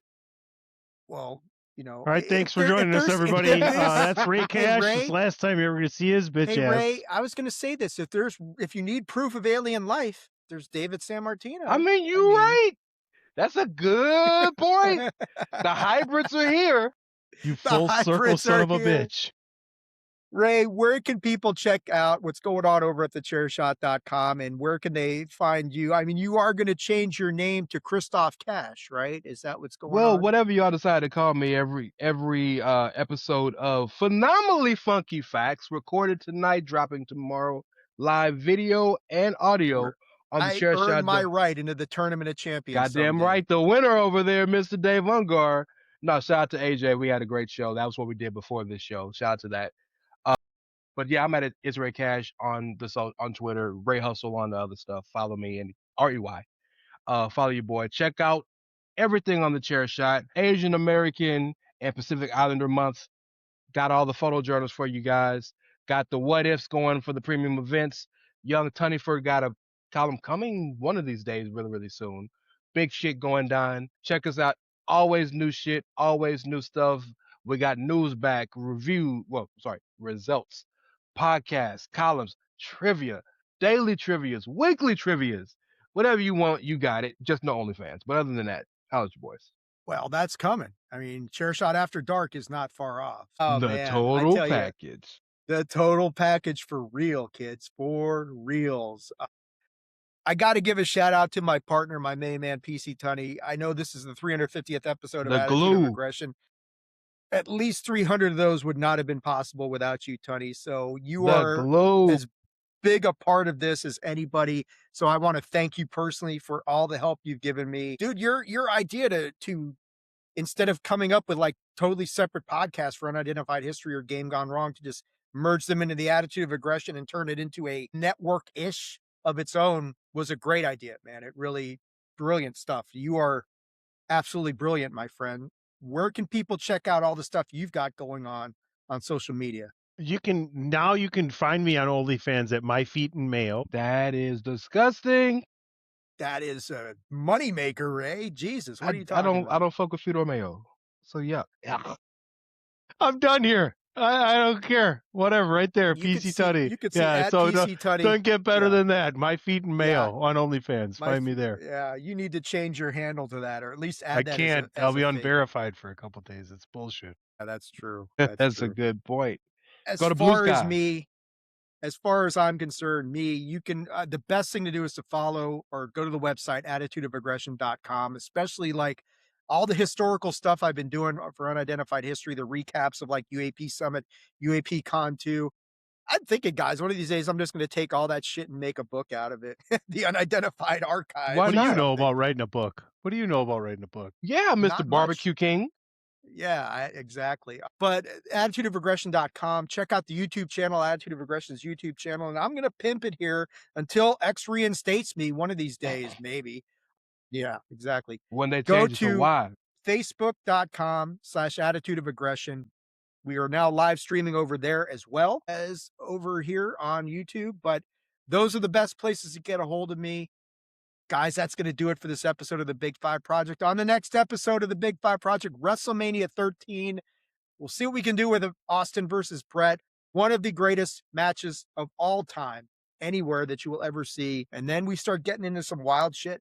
We got King of the Ring 97. We got Canadian Stampede, SummerSlam, and of course, one of the most infamous nights in the history of professional wrestling is coming up. This Survivor Tuesday Series in 97, Texas. Ray's dad will be there for that. Ray was having a good time. I was. Buzz is the key word there. No sound Ruined coming it out for now. me. He's not There my you go. daddy. I can hear something. He's not my father. Give me child support. Yeah, because he abandoned you for years, that motherfucker. That Winnie the Pooh bastard, that son of a bitch. Fucking deadbeat ass. Him and Rey Mysterio need to hang out together. On the next edition of the Attitude of Aggression podcast, Rob Burnett. You're right. Rob Burnett talks about child support. We will catch you guys soon. Thank you guys so much for being a part of this episode. Until next time, as we always say, wrestling fans and aggressionaholics, stay aggressive. Do it with attitude. We will catch you next time for WrestleMania 13. Everybody have a great weekend. Enjoy Backlash. Talk to you guys soon. I can't drop my beer. Double release. I can't. I got beer in one hand. It's Full? illegal. Great athleticism to hold on, and Funk's been eliminated. Mankind eliminates Funk. So Funk can kiss his chances for the main event of WrestleMania goodbye. Big Daddy Cool Diesel, Bret the Hitman Hart, Vader, Undertaker, Mankind. Oh, wait a minute, Mankind was just eliminated. Who got him? The Undertaker. Undertaker eliminated Mankind, and Funk doesn't want to leave. Oh, wait a minute. Funk and Mankind out there with the officials. Now you're supposed to go back to the locker room area, and these two are doing anything but. Vader hammering away on the Undertaker as his Big Daddy Cool Diesel on Bret Hart. Waistlock takedown by Austin.